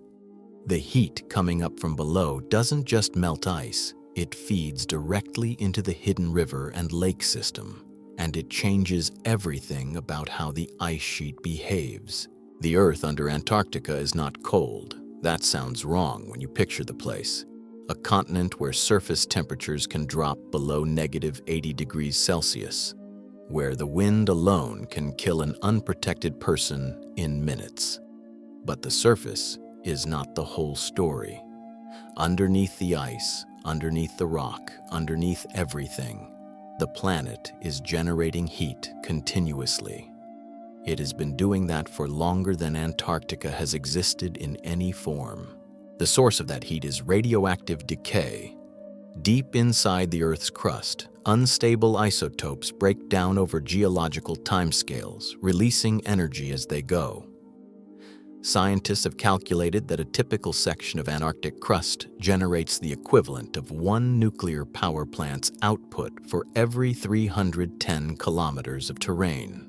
Think about what that means across a continent 14 million square kilometers in size. That is an enormous amount of heat being fed upward from below steadily, year after year, century after century without interruption. Here's where things get uneven. That heat is not distributed uniformly across the continent. The differences matter enormously for what happens to the ice above. Along the West Antarctic Rift System, one of the largest rift systems on the planet, a place where the continent is actively being pulled apart, heat flow is significantly elevated compared to the continental average. But the highest values recorded anywhere in Antarctica are concentrated in two regions specifically, Marie Byrd Land and the Antarctic Peninsula. These are places where the crust is thinner, where volcanic activity is clustered, where the boundary between a warm planet and a cold ice sheet is most unstable. The ice sitting above those regions is not just resting on cold rock, it's resting on rock that is actively trying to melt it from below. At the surface locations where geothermal activity is most intense, you can see the effects directly. Carbon dioxide-rich steam, heated from below, works its way upward through the ice. As it escapes, it doesn't just vent cleanly, it reshapes the ice around it.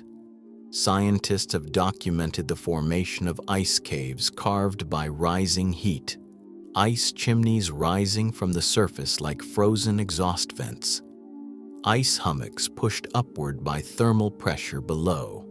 These features are visible from the surface. They mark the locations where the planet below is most actively pushing back against the frozen world on top of it. Some of these sites look from a distance like the landscape is breathing. The question scientists keep returning to is how much of this heat actually reaches the base of the ice sheet, what it does when it gets there. Even relatively small amounts of geothermal heat can change everything at that boundary. The base of an ice sheet is a threshold environment. Just a fraction of a degree of additional warmth can be the difference between ice that is frozen solid to the bedrock and ice that is floating on a thin film of meltwater. Once that meltwater exists, it feeds the subglacial rivers and lakes we've already discussed. It reduces friction. It allows the ice to move. The heat from below is not passive background warmth. It is an active force controlling how the ice sheet behaves. Scientists found a way to demonstrate this in a very direct sense on Deception Island, one of the active volcanic sites along the Antarctic Peninsula. For the first time, a research team successfully used geothermal heat from the island to generate electricity, actual usable power, converted from the heat rising out of the ground and fed into monitoring equipment tracking geological and volcanic activity in real time. It was a proof of concept, but it was also something more than that. It confirmed that the heat escaping from beneath Antarctic terrain is not theoretical. It is measurable, it is substantial, it is available at the surface in quantities large enough to do useful work. The Earth here is warm enough to power instruments. It is certainly warm enough to melt ice. What makes this matter so much is the cumulative effect across an entire continent. Every subglacial volcano, every geothermal vent, every radioactive mineral slowly decaying in the crust contributes a fraction of heat to the base of the ice sheet. None of these individual contributions is dramatic on its own. But Antarctica is not a small place, and the ice above it is not static. The base of the ice sheet is where all of these heat sources interact with the frozen mass above. That interaction is constant. It never pauses during an Antarctic winter. It never responds to changes in surface temperature. It runs independently of what happens above, driven entirely by processes that began when the planet formed and that will continue long after the ice is gone. All of that heat, rising from a planet that never stops generating it, has been shaping the hidden world beneath the ice for longer than the ice itself has existed. For years, nobody could explain the pink granite boulders scattered across the surface of West Antarctica. They were just sitting there, out of place, unmistakably pink against the surrounding rock. Granite of that color and composition didn't match anything geologists had mapped in the region. Nobody knew where they had come from. Nobody knew how they had gotten there. For a long time, they were treated as a curiosity, something to note and move on from. This was because Antarctica throws puzzles at you constantly, and you can't stop to solve all of them. But these boulders kept bothering people. Pink granite doesn't appear out of nowhere. It forms deep in the Earth's crust, under conditions that require enormous heat and pressure and time. Something had to have produced it, and whatever produced it had to be somewhere beneath the ice. In 2025, the British Antarctic Survey published findings that finally answered the question, and the answer was larger than anyone had anticipated. The team started with the boulders themselves. They used a dating technique called UPB zircon geochronology. The method works by measuring the radioactive decay of uranium and lead locked inside microscopic zircon crystals embedded in the rock. Those crystals form when granite solidifies, and from the moment they form, the radioactive clock starts ticking. You measure the ratios of the elements today, apply known decay rates, and you get an age. It's painstaking work. You're looking at crystals smaller than a grain of sand and reading a timer that has been running for hundreds of millions of years. The result was unambiguous. The boulders were roughly 175 million years old. That puts their formation in the Jurassic period, when Antarctica was still a temperate landmass, when the continent was covered in forests rather than ice, long before the ice sheet existed at all. That told the team when the granite formed. It didn't yet tell them where it had come from. For that, they turned to geophysics, scanning the subsurface using airborne measurements of gravity and magnetic fields, building a picture of what lies beneath the glacier without touching it. And there it was, buried beneath Pine Island Glacier, hidden under the ice. There is a granite body nearly 100 kilometers across and close to 7 kilometers thick. That's not a small feature. That is a geological formation the size of a small country, sitting directly beneath one of the most closely watched and most rapidly changing glaciers on Earth. It had been there for 175 million years. Nobody knew it existed until now. Here's where things get uncomfortable. Pine Island Glacier is not just any glacier. It has been losing ice faster than almost anywhere else on the continent. Scientists have been watching it retreat for decades, measuring its acceleration, trying to understand exactly why it's behaving the way it is. They knew about the warming ocean water eating at its base from below. They knew about the geometry of the bedrock in broad terms. What they didn't know was that there was an enormous granite mass beneath it, influencing how the glacier moves at a fundamental level. Geology controls everything about how a glacier slides. The composition of the bedrock, its texture, its shape, all of it determines friction.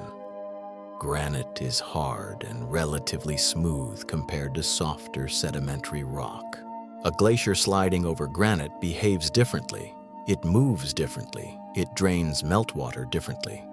The way meltwater routes beneath it changes the lubrication between ice and bedrock in ways that directly affect how fast that ice flows toward the sea.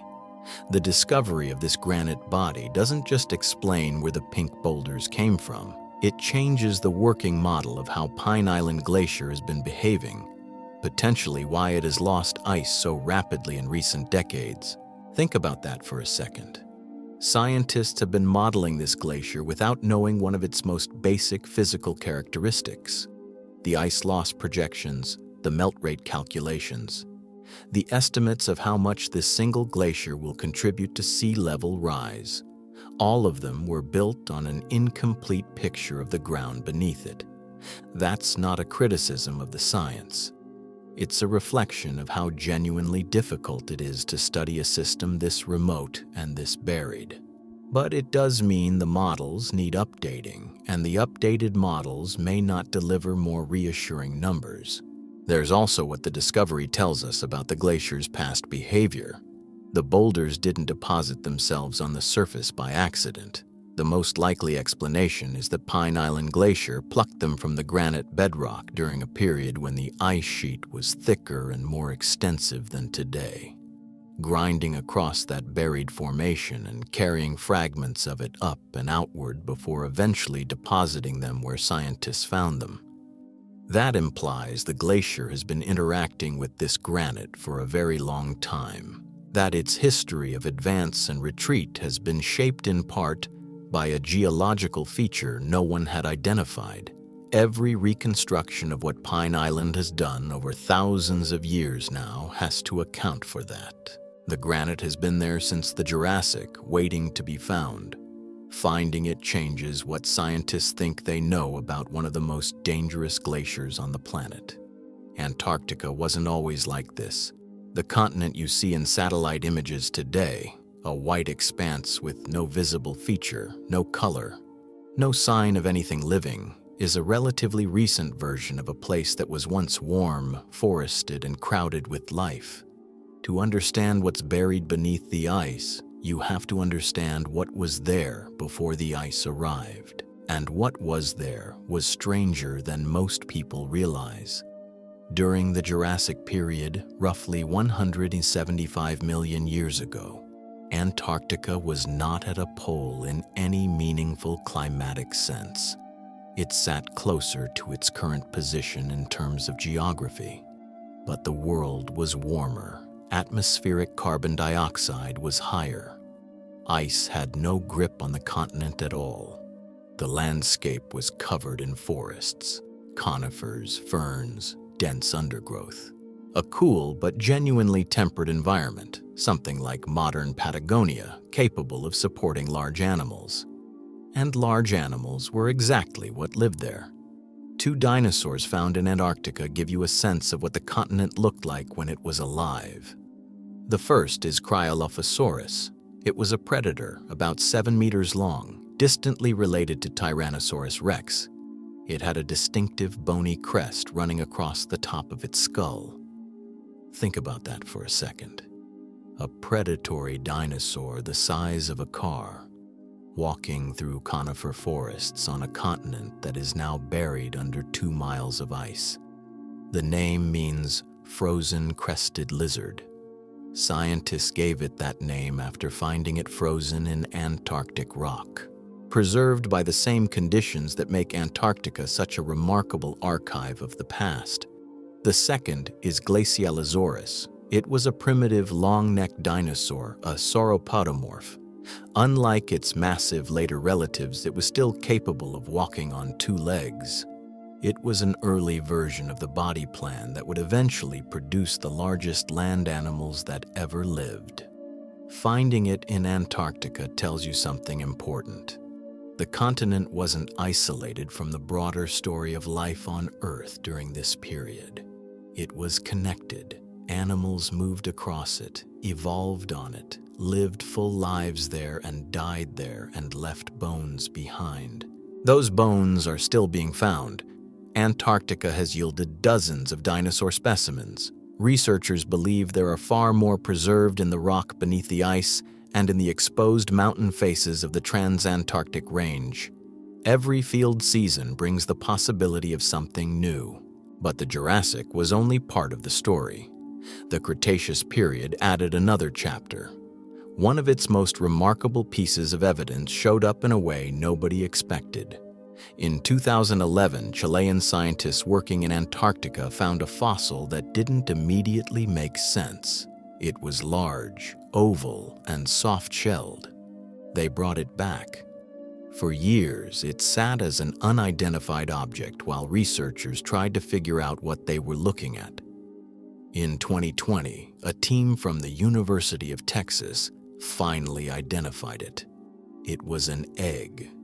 Specifically, it was the largest soft-shell egg ever discovered anywhere on Earth, more than 11 inches long and 7 inches wide, with a thin, flexible shell rather than the hard, calcified shell you'd find on a bird egg or most reptile eggs today. Here's where things get uncomfortable in the best possible way. The egg was dated to approximately 68 million years ago. Something laid that egg in the waters around Antarctica during the late Cretaceous. The animal that produced it was estimated to have been more than 20 feet long. The researchers proposed the most likely candidate was a mosasaur, a massive marine reptile. Not a dinosaur, but a scaled, flippered ocean predator that shared the seas with the last of the dinosaurs. Mosasaur remains have been found in the same region of Antarctica. The egg fits. What that discovery tells you is that Antarctica's surrounding waters were biologically rich, warm enough to support enormous marine predators, active enough to host reproductive behavior of animals we only know from fossils everywhere else in the world. Move forward toward the end of the Cretaceous and into the periods that followed. The record of Antarctic life becomes even more striking. Marine sediments collected from around the continent have preserved something extraordinary. Pollen and spores from forests that once lined the coast, broadleaf trees, conifers, ferns, the chemical signature of conditions that weren't just temperate but in some coastal regions approached near tropical. Scientists examining these sediments have found evidence that parts of Antarctica, before the ice formed, supported something closer to a rainforest than a tundra. The latitudes were the same. The temperatures were not. The continent was green. It had rivers running to the coast, forests reaching the shoreline, ecosystems we would recognize as lush and living. Animals lived there, fed there, reproduced there, died there, left behind a record that the ice has been preserving ever since. None of this is visible on the surface today. The forests are long gone. The animals are bones in rock. The warmth has been replaced by conditions that kill exposed humans in hours. But the record is there, locked into sediment and stone beneath and around the ice, waiting for the next drill core, the next exposed outcrop, the next field season to give up another piece of the story. The entire fossil record of the continent is a reminder that what we see today, a frozen, airless void, is not what Antarctica has always been, might not be what it always will be. About 34 million years ago, Antarctica froze. Not overnight, not in a single catastrophic event. Over thousands of years, temperatures dropped, ice accumulated, and a continent that had supported forests and rivers and complex ecosystems was buried under a sheet of frozen water that has never melted since. That transition is one of the most significant climate events in Earth's history, and the evidence for what Antarctica looked like right before it happened is now buried under 2 miles of ice, largely out of reach. But scientists are finding ways to read it anyway. Here's where things get interesting. A recent study published in Nature Geoscience identified flat or gently sloping surfaces that ring approximately 40% of the East Antarctic coastline. On their own, those surfaces don't look like much. But once you correct for the weight of the ice pressing down on the continent, ice that heavy actually depresses the crust itself, those surfaces line up into something recognizable, a broad coastal plain, one that slopes gently toward what was once an ancient ocean. Scientists estimate this plain was shaped by rivers and surface erosion sometime between roughly 134 million years ago during the same period when Antarctica still had a functioning climate, moving water, and living ecosystems above the ice line. These are the same river systems whose buried valleys are now being found under the ice sheet. The surface expression has been smoothed by millions of years of glaciation, but the underlying shape of the land still holds the memory of what came before. Think about what that coastline would have looked like. Broad river deltas pushing sediment into shallow coastal waters. Dense forests of conifers and southern beaches reaching almost to the shore. A climate something like modern Patagonia or perhaps temperate southern Europe. Cool, wet, green, with seasons but nothing close to the extreme cold Antarctica experiences today. Rainfall, soil, bird calls, if birds existed in that region, which they did. There were no penguins yet in the modern sense, but the Antarctic coast was a living margin, not a wall of ice. The rivers flowing across that coastal plain weren't exotic geological features. They were ordinary rivers doing ordinary things, cutting valleys, depositing sediment, draining the interior of the continent toward the sea. Nothing about them would have seemed remarkable to anything watching from the shore. They were just a landscape doing what landscapes do. Then the CO2 dropped. Atmospheric carbon dioxide had been declining for millions of years, driven by tectonic changes, the opening of the Drake Passage between Antarctica and South America, and shifts in ocean circulation that allowed cold water to encircle the continent and cut it off from warm equatorial currents. When CO2 fell below a critical threshold, somewhere around 600 to 700 parts per million by some estimates, temperatures fell with it. Snow that fell in winter stopped melting in summer. Glaciers began to form in the highest elevations of the interior, and they grew. Slowly at first, then faster as the ice reflected more sunlight back into space and accelerated the cooling. The forests retreated toward lower latitudes. The rivers slowed. The coastal plains that had been wet and green became colder, drier, and eventually frozen. By the time the ice sheet fully established itself, the continent that had existed for tens of millions of years was gone. Sealed. What makes the coastal plain discovery so significant is that it gives scientists a target. Those ancient surfaces, buried under 2 kilometers of ice, would have been exactly the places where sediment accumulated during the transition. River sediment, organic material, pollen from the last forests, possibly the remains of organisms that were alive when the ice arrived.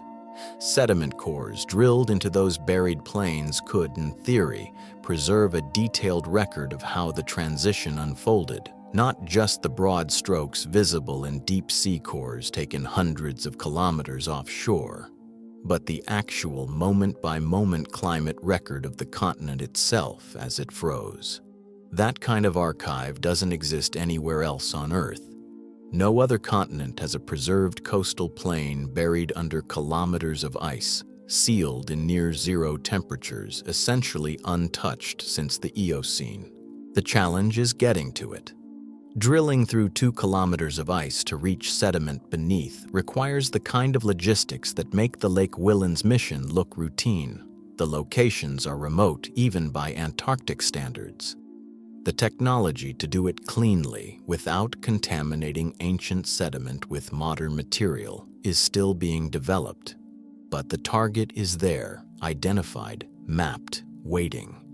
Scientists know roughly where these plains are. They know what's likely preserved inside them. The work now is figuring out how to reach them without destroying what they came to find. The rivers that shape those plains are gone. The forests that grew above them are gone. The organisms that live there are gone.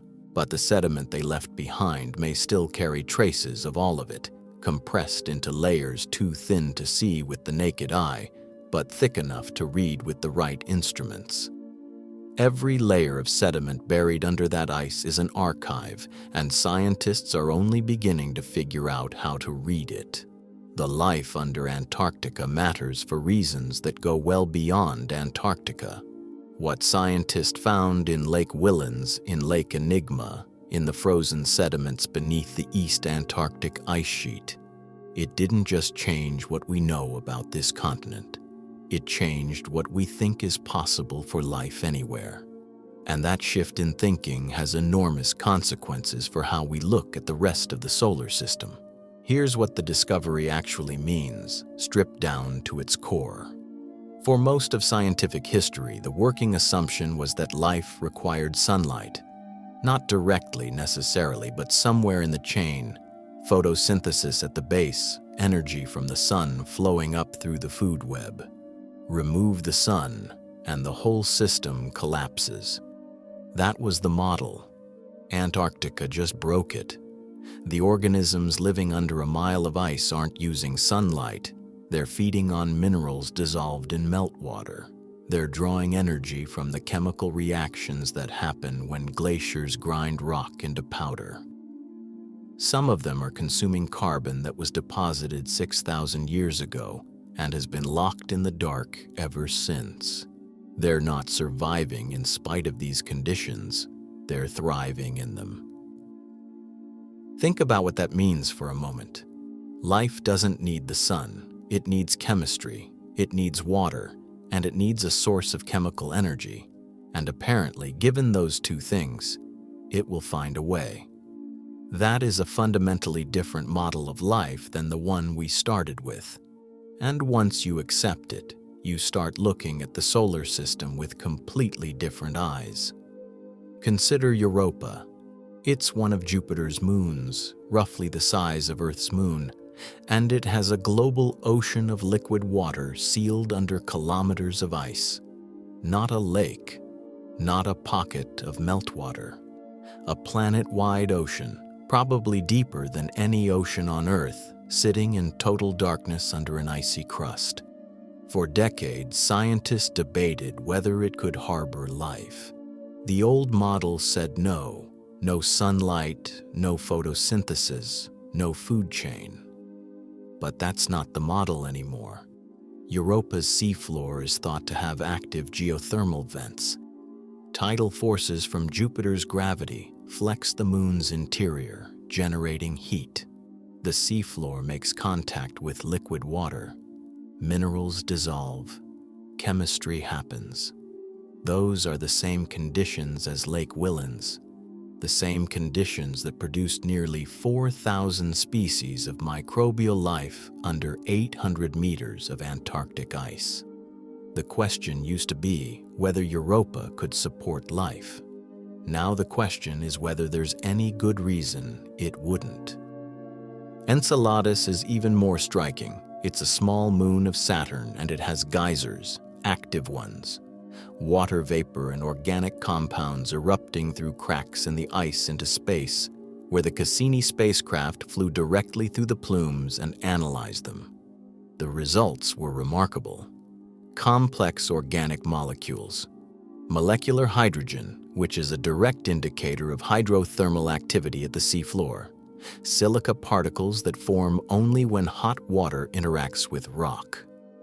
Scientists didn't have to speculate about what might be happening beneath the ice. The moon was venting its chemistry directly into space for us to sample, and what came out was consistent with an active hydrothermal system at the bottom of a liquid ocean in the dark under ice. Antarctica's subglacial microbes thrive in exactly that kind of environment, and those are just the two most obvious candidates. Titan, Saturn's largest moon, has a subsurface ocean of liquid water beneath its crust. Ganymede, another moon of Jupiter, likely has a saltwater ocean under its ice. Callisto possibly as well. The deeper you look at the outer solar system, the more ocean worlds appear. Worlds that were dismissed for decades because they lack sunlight. But we now have a working example of what chemistry-driven, sunlight-free, ice-sealed life looks like. and it's alive under Antarctica right now. The implications are uncomfortable in the best possible way. If life can exist without sunlight, if it can persist for 12 million years in isolation, if it can feed on crushed rock and ancient carbon in total darkness under crushing pressure, then the conditions required for life are far less restrictive than we assumed. The number of environments in the universe that meet those conditions is not small. It's staggeringly large. Every icy moon with the subsurface ocean becomes a candidate. Every world with liquid water and geochemical activity becomes a candidate. The universe is full of those worlds. What the organisms under Antarctica have done, in effect, is expand the definition of habitability. They've shown us that life is not a fragile phenomenon that requires precise conditions and a nearby star. It's something that, given the right chemistry, will find a way to exist in environments that seem, from the outside, like they should be completely dead. That's not a small discovery. That's one of the most significant things science has learned in a generation. The Antarctic microbes aren't just interesting in themselves, they're a proof of concept, a demonstration that the kind of life we might be looking for on Europa or Enceladus is not fantastical. It's not science fiction. We have a version of it right now, living under the ice at the bottom of the world, and we can study it. If bacteria can thrive in Lake Whillans, in Lake Enigma, in water sealed under a mile of ice for millions of years, then the question isn't whether life exists elsewhere in the solar system. It's where we should look first. Put all of this together, and the picture that emerges for the future is uncomfortable. Everything we've covered in this video, the hidden rivers, the buried volcanoes, the ancient aquifers, the teardrop formations beneath glacier cavities, none of it exists in isolation. These are not separate curiosities. They are interconnected mechanisms, and they are all working on the same system at the same time. The Antarctic ice sheet is not a static object sitting passively at the bottom of the world. It is a dynamic structure under pressure from below and from the sides and from the warming ocean pressing against its edges. And what scientists have found beneath it over the last decade has not made them more relaxed about what comes next. Start with the rivers. We know now that subglacial rivers running beneath East Antarctica's Totten Glacier are accelerating ice loss by 30% beyond what standard models predicted, just through the effect of river-driven melting at the base. Totten Glacier alone holds enough ice to raise global sea levels by roughly 12 feet. That is not a global average, that is one glacier. The rivers beneath it were not in the models until recently, and those models were the ones governments and coastal engineers were using to plan for the future. 30% more ice loss than projected is not a rounding error. That is the difference between a city keeping its seawall and a city watching its seawall become irrelevant. Then there's Pine Island. Pine Island Glacier has been losing ice faster than almost anywhere else in Antarctica for decades, and for a long time scientists weren't entirely sure why. The answer, it turns out, is partly buried 4 kilometers underground. The hidden granite body beneath Pine Island, nearly 100 kilometers across, 7 kilometers thick, influences how the glacier slides over its bed and how meltwater drains beneath it. The underlying geology shapes the drainage pathways, and those pathways shape the rate at which the glacier moves toward the sea. We found that granite in 2025. It had been there since the Jurassic. For every year scientists were modeling Pine Island without it, the model was missing a piece of the foundation. Here's where things get uncomfortable in a different way. There is a glacier in West Antarctica called Thwaites. Scientists sometimes call it the Doomsday Glacier, which is the kind of name that tends to get dismissed as dramatic until you understand why people use it. Thwaites is enormous. It is roughly the size of Florida. It is retreating, and it acts as a plug, holding back a broader section of the West Antarctic ice sheet behind it. The concern isn't just Thwaites itself. It's what Thwaites is holding in place. If Thwaites retreats past a critical threshold, the ice behind it could begin to drain into the ocean in a process that would be very difficult to stop. That process has a name: marine ice sheet instability. Marine ice sheet instability works like this. The bed beneath parts of West Antarctica slopes downward as you move inland, away from the coast. That means the deeper a glacier retreats, the more of its face is exposed to warm ocean water. The more face exposed to warm water, the faster it melts. The faster it melts, the further it retreats. And the further it retreats, the more face gets exposed. There is no natural stopping point built into that sequence once it starts. It is a feedback loop with no obvious break. Scientists have been aware of this risk for years, but what they didn't fully know until recently was how many hidden factors were accelerating the process. Now they know about the subglacial rivers, the volcanic heat, the aquifers, the complex melt formations on the underside of the ice shelves that were only mapped by an underwater drone for the first time. Think about that for a second. The teardrop formations. Ron found beneath the Dotson ice shelf those structures influenced by the Coriolis effect, pointing to melt patterns far more intricate than the models assumed. Those hadn't been observed before that mission. We don't know how widespread they are. We don't know whether similar formations exist beneath Thwaites, beneath Pine Island, beneath the ice shelves that are currently holding the West Antarctic ice sheet together. What we know is that melting from below is more complicated than we thought, more variable, harder to predict. The aquifer discovery adds another layer. Ancient fossil seawater sealed in porous sediment beneath the Whillans ice stream, deeper than the lakes and rivers above it. That water affects how the ice slides. It acts as a lubricant between the ice above and the rock below. The extent of that aquifer system across Antarctica is not yet mapped. Current models of ice sheet dynamics don't fully account for it. Another variable that has been operating beneath our feet, invisible, for as long as the ice has been there. What all of this adds up to is a system more complex, more interconnected, and more sensitive to hidden variables than the models that inform current projections.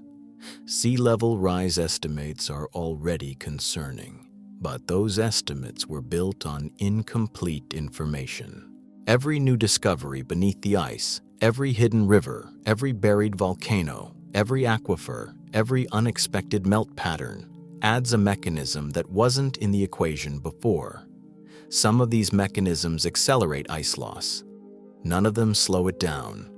The coastlines at risk are not abstract. They are specific. Miami, Mumbai, Shanghai, Amsterdam, Jakarta, New Orleans. The populations in low-lying coastal zones number in the hundreds of millions. The timescales involved are not geological. They are within the range of lifetimes already being lived. And the more we understand about what's hidden underneath the ice, the more clearly we can see that the timeline we've been working with may be optimistic. The mapping of what's beneath Antarctica is one of the most ambitious scientific projects in history. Not because of the technology involved, though the technology is extraordinary. Not because of the cost, though the cost is staggering. But because of the sheer physical hostility of the place where all of it has to happen. Antarctica is not simply remote. Remote is a word for a place that's hard to get to. Antarctica is a place that is actively trying to kill you. Temperatures on the East Antarctic Plateau can drop to minus 90 degrees Celsius. That's cold enough to freeze exposed skin in seconds, cold enough to crack metal, cold enough to destroy sensitive instruments before they ever take a single measurement. The wind can accelerate to over 300 kilometers per hour in some coastal regions. A blizzard that appears in minutes can reduce visibility to zero. Every person who works there, every machine deployed there, Every survey flight that crosses the continent is operating at the edge of what's survivable, and scientists do it anyway, season after season, because what's down there is too important to leave unknown. The project that best captures the scale of this effort is BedMap 3. It's the most detailed map ever produced of the terrain beneath Antarctica's ice. Building it took more than 6 decades. Researchers pulled together survey data from planes, from satellites, from ships working the surrounding ocean, from the earliest expeditions that dragged instruments across the ice by dog sled. 6 decades of data from dozens of countries merged into a single picture of a continent that no one person, no one institution, no one nation could have mapped alone. That collaboration is not incidental to BedMap 3. It's the reason BedMap 3 exists at all. No single country has the resources or the reach to survey an entire continent by itself. Antarctica sits outside any national jurisdiction. That means the science happens under international frameworks that require cooperation as a baseline condition. Researchers from the United States, the United Kingdom, Germany, Australia, China, Japan, Norway, more than 20 other countries share data, share infrastructure, share the enormous logistical burden of getting equipment and people to one of the most inaccessible places on the planet. A research station in East Antarctica might host scientists from 5 different countries working on problems that feed directly into each other's models. That kind of integration is rare in science. In Antarctic science, it's a necessity. The drilling programs are where the engineering becomes almost surreal. To reach a subglacial lake cleanly, without contaminating water that's been sealed from the outside world for tens of thousands or millions of years, you have to drill through ice that may be 2 kilometers thick, sterilize every piece of equipment that enters the borehole, do all of it in extreme cold, under time pressure, with no backup supply chain closer than thousands of kilometers away. The 2013 mission to Lake Whillans drilled through more than 800 meters of ice and succeeded. Future missions are targeting lakes that sit under significantly more ice than that. The engineering challenges scale dramatically with depth. Every additional 100 meters of ice is another layer of pressure, another degree of difficulty, another set of ways the mission can fail. And yet the drilling missions are being planned. The scientific case for reaching previously untouched lakes is overwhelming. Some of those lakes have been hydrologically isolated for millions of years. What's living in them, if anything, could represent biology that has evolved in complete separation from anything we know on the surface. What's preserved in the sediments at their bottoms could be a record of an Arctic climate stretching back to before the ice formed. You don't walk away from questions like that just because the answers are hard to reach. The survey flights are relentless. Planes crossing Antarctica on grid patterns, pulling ice-penetrating radar across the continent kilometer by kilometer, measuring gravity anomalies and magnetic field variations that reveal the density and composition of the rock buried underneath. Each flight adds resolution to a map that is still, in many regions, astonishingly coarse. The most recent high-resolution surveys found nearly 72,000 hills across the continent, more than double the number shown in previous maps. That difference isn't a refinement, that's a fundamentally different picture of what's down there. And it came from applying better instruments to a place that had already been surveyed for decades. The drone programs are expanding. Autonomous underwater vehicles are being sent into the cavities beneath ice shelves, into places that no human being could access, and no remotely piloted system could survive without extraordinary engineering. Each mission returns data that has never existed before. Each data set goes into models that are updated, revised, and in some cases overturned. The pace of discovery is accelerating, Every new tool reveals new terrain, new water, new features that weren't in anyone's model. The picture of what's buried under Antarctica has changed more in the last 10 years than in the previous 50. It will probably change more in the next 10 than it has in the last. But there is still an enormous amount that the ice refuses to give up. Some of the most important questions remain completely unanswered. For all that we've found beneath Antarctica in the last decade, the honest answer is that we've barely started. Think about what we actually know with confidence. We've identified 231 active subglacial lakes.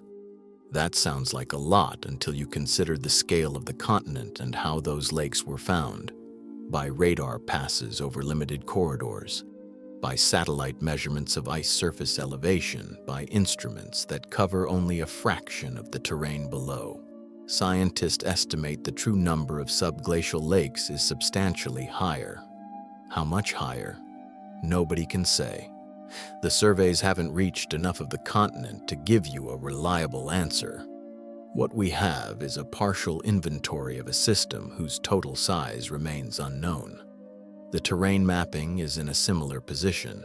BedMap 3 is the most detailed picture of Antarctica's subglacial landscape ever assembled, and it incorporates more than 6 decades of survey data from every method available. That is a genuine scientific achievement. But high-resolution coverage, the kind of detail that reveals individual hills, steep valley walls, canyon floors, exists for less than half the continent. The rest is filled in with coarser data, extrapolation, and in some areas, educated guesses. Nearly 72,000 subglacial hills were identified in the most recent surveys. That number doubled what previous maps showed, which means the previous maps were missing half the hills. It's worth sitting with that for a second. Half the hills. And that's only in the areas that have been surveyed at high resolution. There are regions of East Antarctica where the resolution is still sparse enough that entire mountain ranges could exist beneath the ice without appearing in any current dataset. Here's where things get uncomfortable with the volcanoes. We know of approximately 140 subglacial volcanoes in the West Antarctic Rift System. 91 of them were unknown before 2017. If 91 volcanoes went undiscovered until 8 years ago, the honest question is how many more are sitting in regions that haven't been surveyed with the same precision. And beyond the count, there's a deeper problem. We don't know which of the known volcanoes are active, which are dormant, and which are extinct. A dormant volcano is not an inactive one, it's one that hasn't erupted recently. Those are very different things. The influence of volcanic heat on glacier stability plays out over decadal timescales, not years, but decades, and the data to model that relationship accurately simply doesn't exist yet. We're making projections about ice loss and sea level rise using heat flow estimates that have significant uncertainty built into them. The aquifer system beneath the Whillans ice stream was only confirmed in 2022. Before that, scientists suspected that porous sediment under the ice might hold water, but the scale of what was found, ancient brine in layered reserves deeper than the known subglacial lakes, was not anticipated. What that discovery makes clear is that the subglacial water system has more components than the models assumed. Lakes, rivers, and now deep aquifers, each one interacting with the others in ways that aren't fully understood. The full geographic extent of those aquifers is unknown, whether similar reserves exist beneath East Antarctica, beneath other ice streams, beneath sections of the continent that haven't been imaged with magnetotelluric methods. All of that remains open. You can't account for a variable you don't know is there, and for decades the aquifers weren't there in any of the models. The ancient preserved landscape beneath East Antarctica, that 12,000 square mile terrain that hasn't seen sunlight in 34 million years, raises its own set of unanswered questions. Scientists believe those ancient sediments may contain biosignatures, organic material, evidence of the ecosystems that existed before Antarctica froze, possibly preserved pollen, microbial remains, chemical traces of biological activity from a world that no longer exists anywhere on the surface of this planet.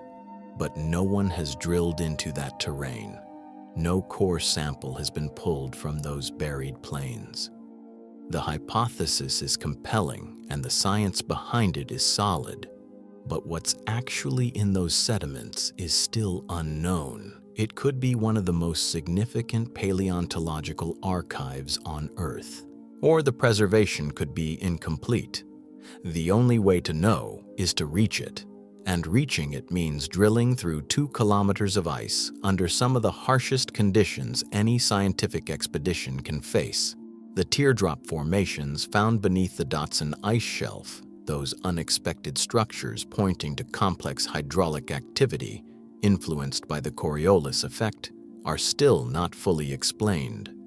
The drone named RAN mapped them in one location under one ice shelf. Whether they're widespread, whether they exist beneath other Antarctic glaciers, whether the melt dynamics they suggest are happening across the continent or only in specific conditions, none of that is known. One discovery in one location.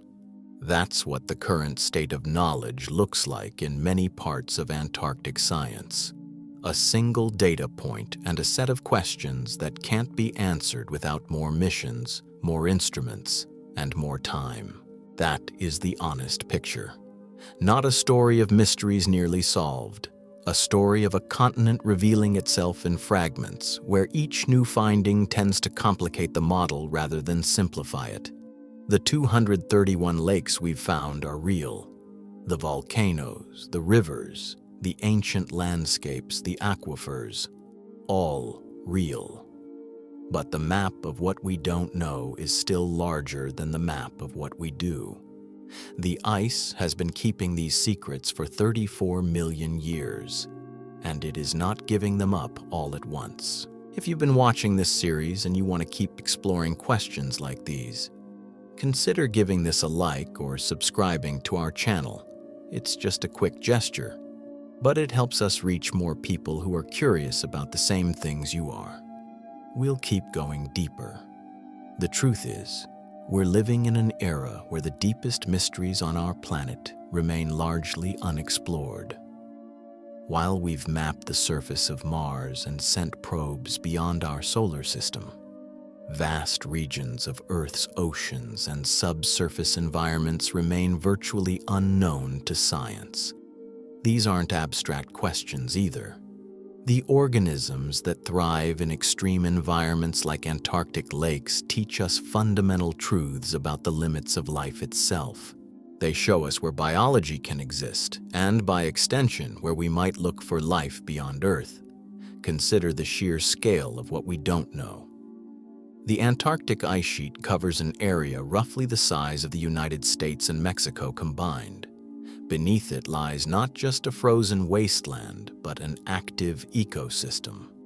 Lakes like Vostok, Lake Ellsworth, and Whillans ice stream contain microbial communities that have evolved in complete isolation from the sun for millions of years. They've developed metabolisms we're only beginning to understand. Some organisms consume hydrogen and methane from the rocky substrate below.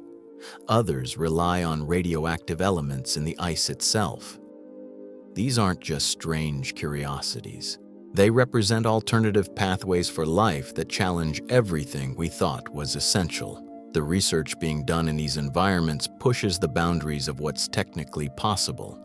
Scientists must drill through miles of ice without contaminating pristine waters below. They develop specialized equipment that can function at temperatures that would make steel brittle as glass. Every expedition costs millions of dollars and requires international cooperation. Every discovery raises 10 new questions, yet teams continue returning because the potential insights are enormous. Think about what these organisms tell us about resilience and adaptation. They've survived conditions that would kill virtually every organism on the surface. No sunlight, extreme pressure, temperatures that never rise above freezing, limited nutrients in a stable, unchanging environment. Yet not only do they survive, they maintain complex ecological relationships. There are predators and prey, competition and symbiosis, all happening in a hidden world beneath the ice. This research also informs our search for extraterrestrial life. Mars once had liquid water. Jupiter's moon. Europa almost certainly has a subsurface ocean. Saturn's moon Enceladus shows signs of hydrothermal activity beneath its icy crust. If life could thrive in Earth's subglacial lakes, separated from solar energy and sunlight for millions of years, then similar conditions on other worlds become more promising for habitability. The organisms we study in Antarctica become our template for what to look for elsewhere. Beyond the scientific value, there's something profoundly meaningful about knowing that life persists in the harshest environments our planet offers. It speaks to the fundamental tenacity of biology. In a universe that seems mostly hostile to life, Earth harbors existence in places we never would have expected. That's worth understanding. That's worth supporting with your time and attention. Every new discovery about these extreme environments reminds us that wonder and mystery still exist in science. We don't need to travel to distant stars to encounter the truly unknown. We can find it right here, beneath our feet, in the spaces we've only recently learned how to reach. Sleep well tonight, knowing that somewhere at the bottom of the world, under 2 miles of ice, in total darkness, in water that hasn't seen sunlight in 34 million years, something is alive.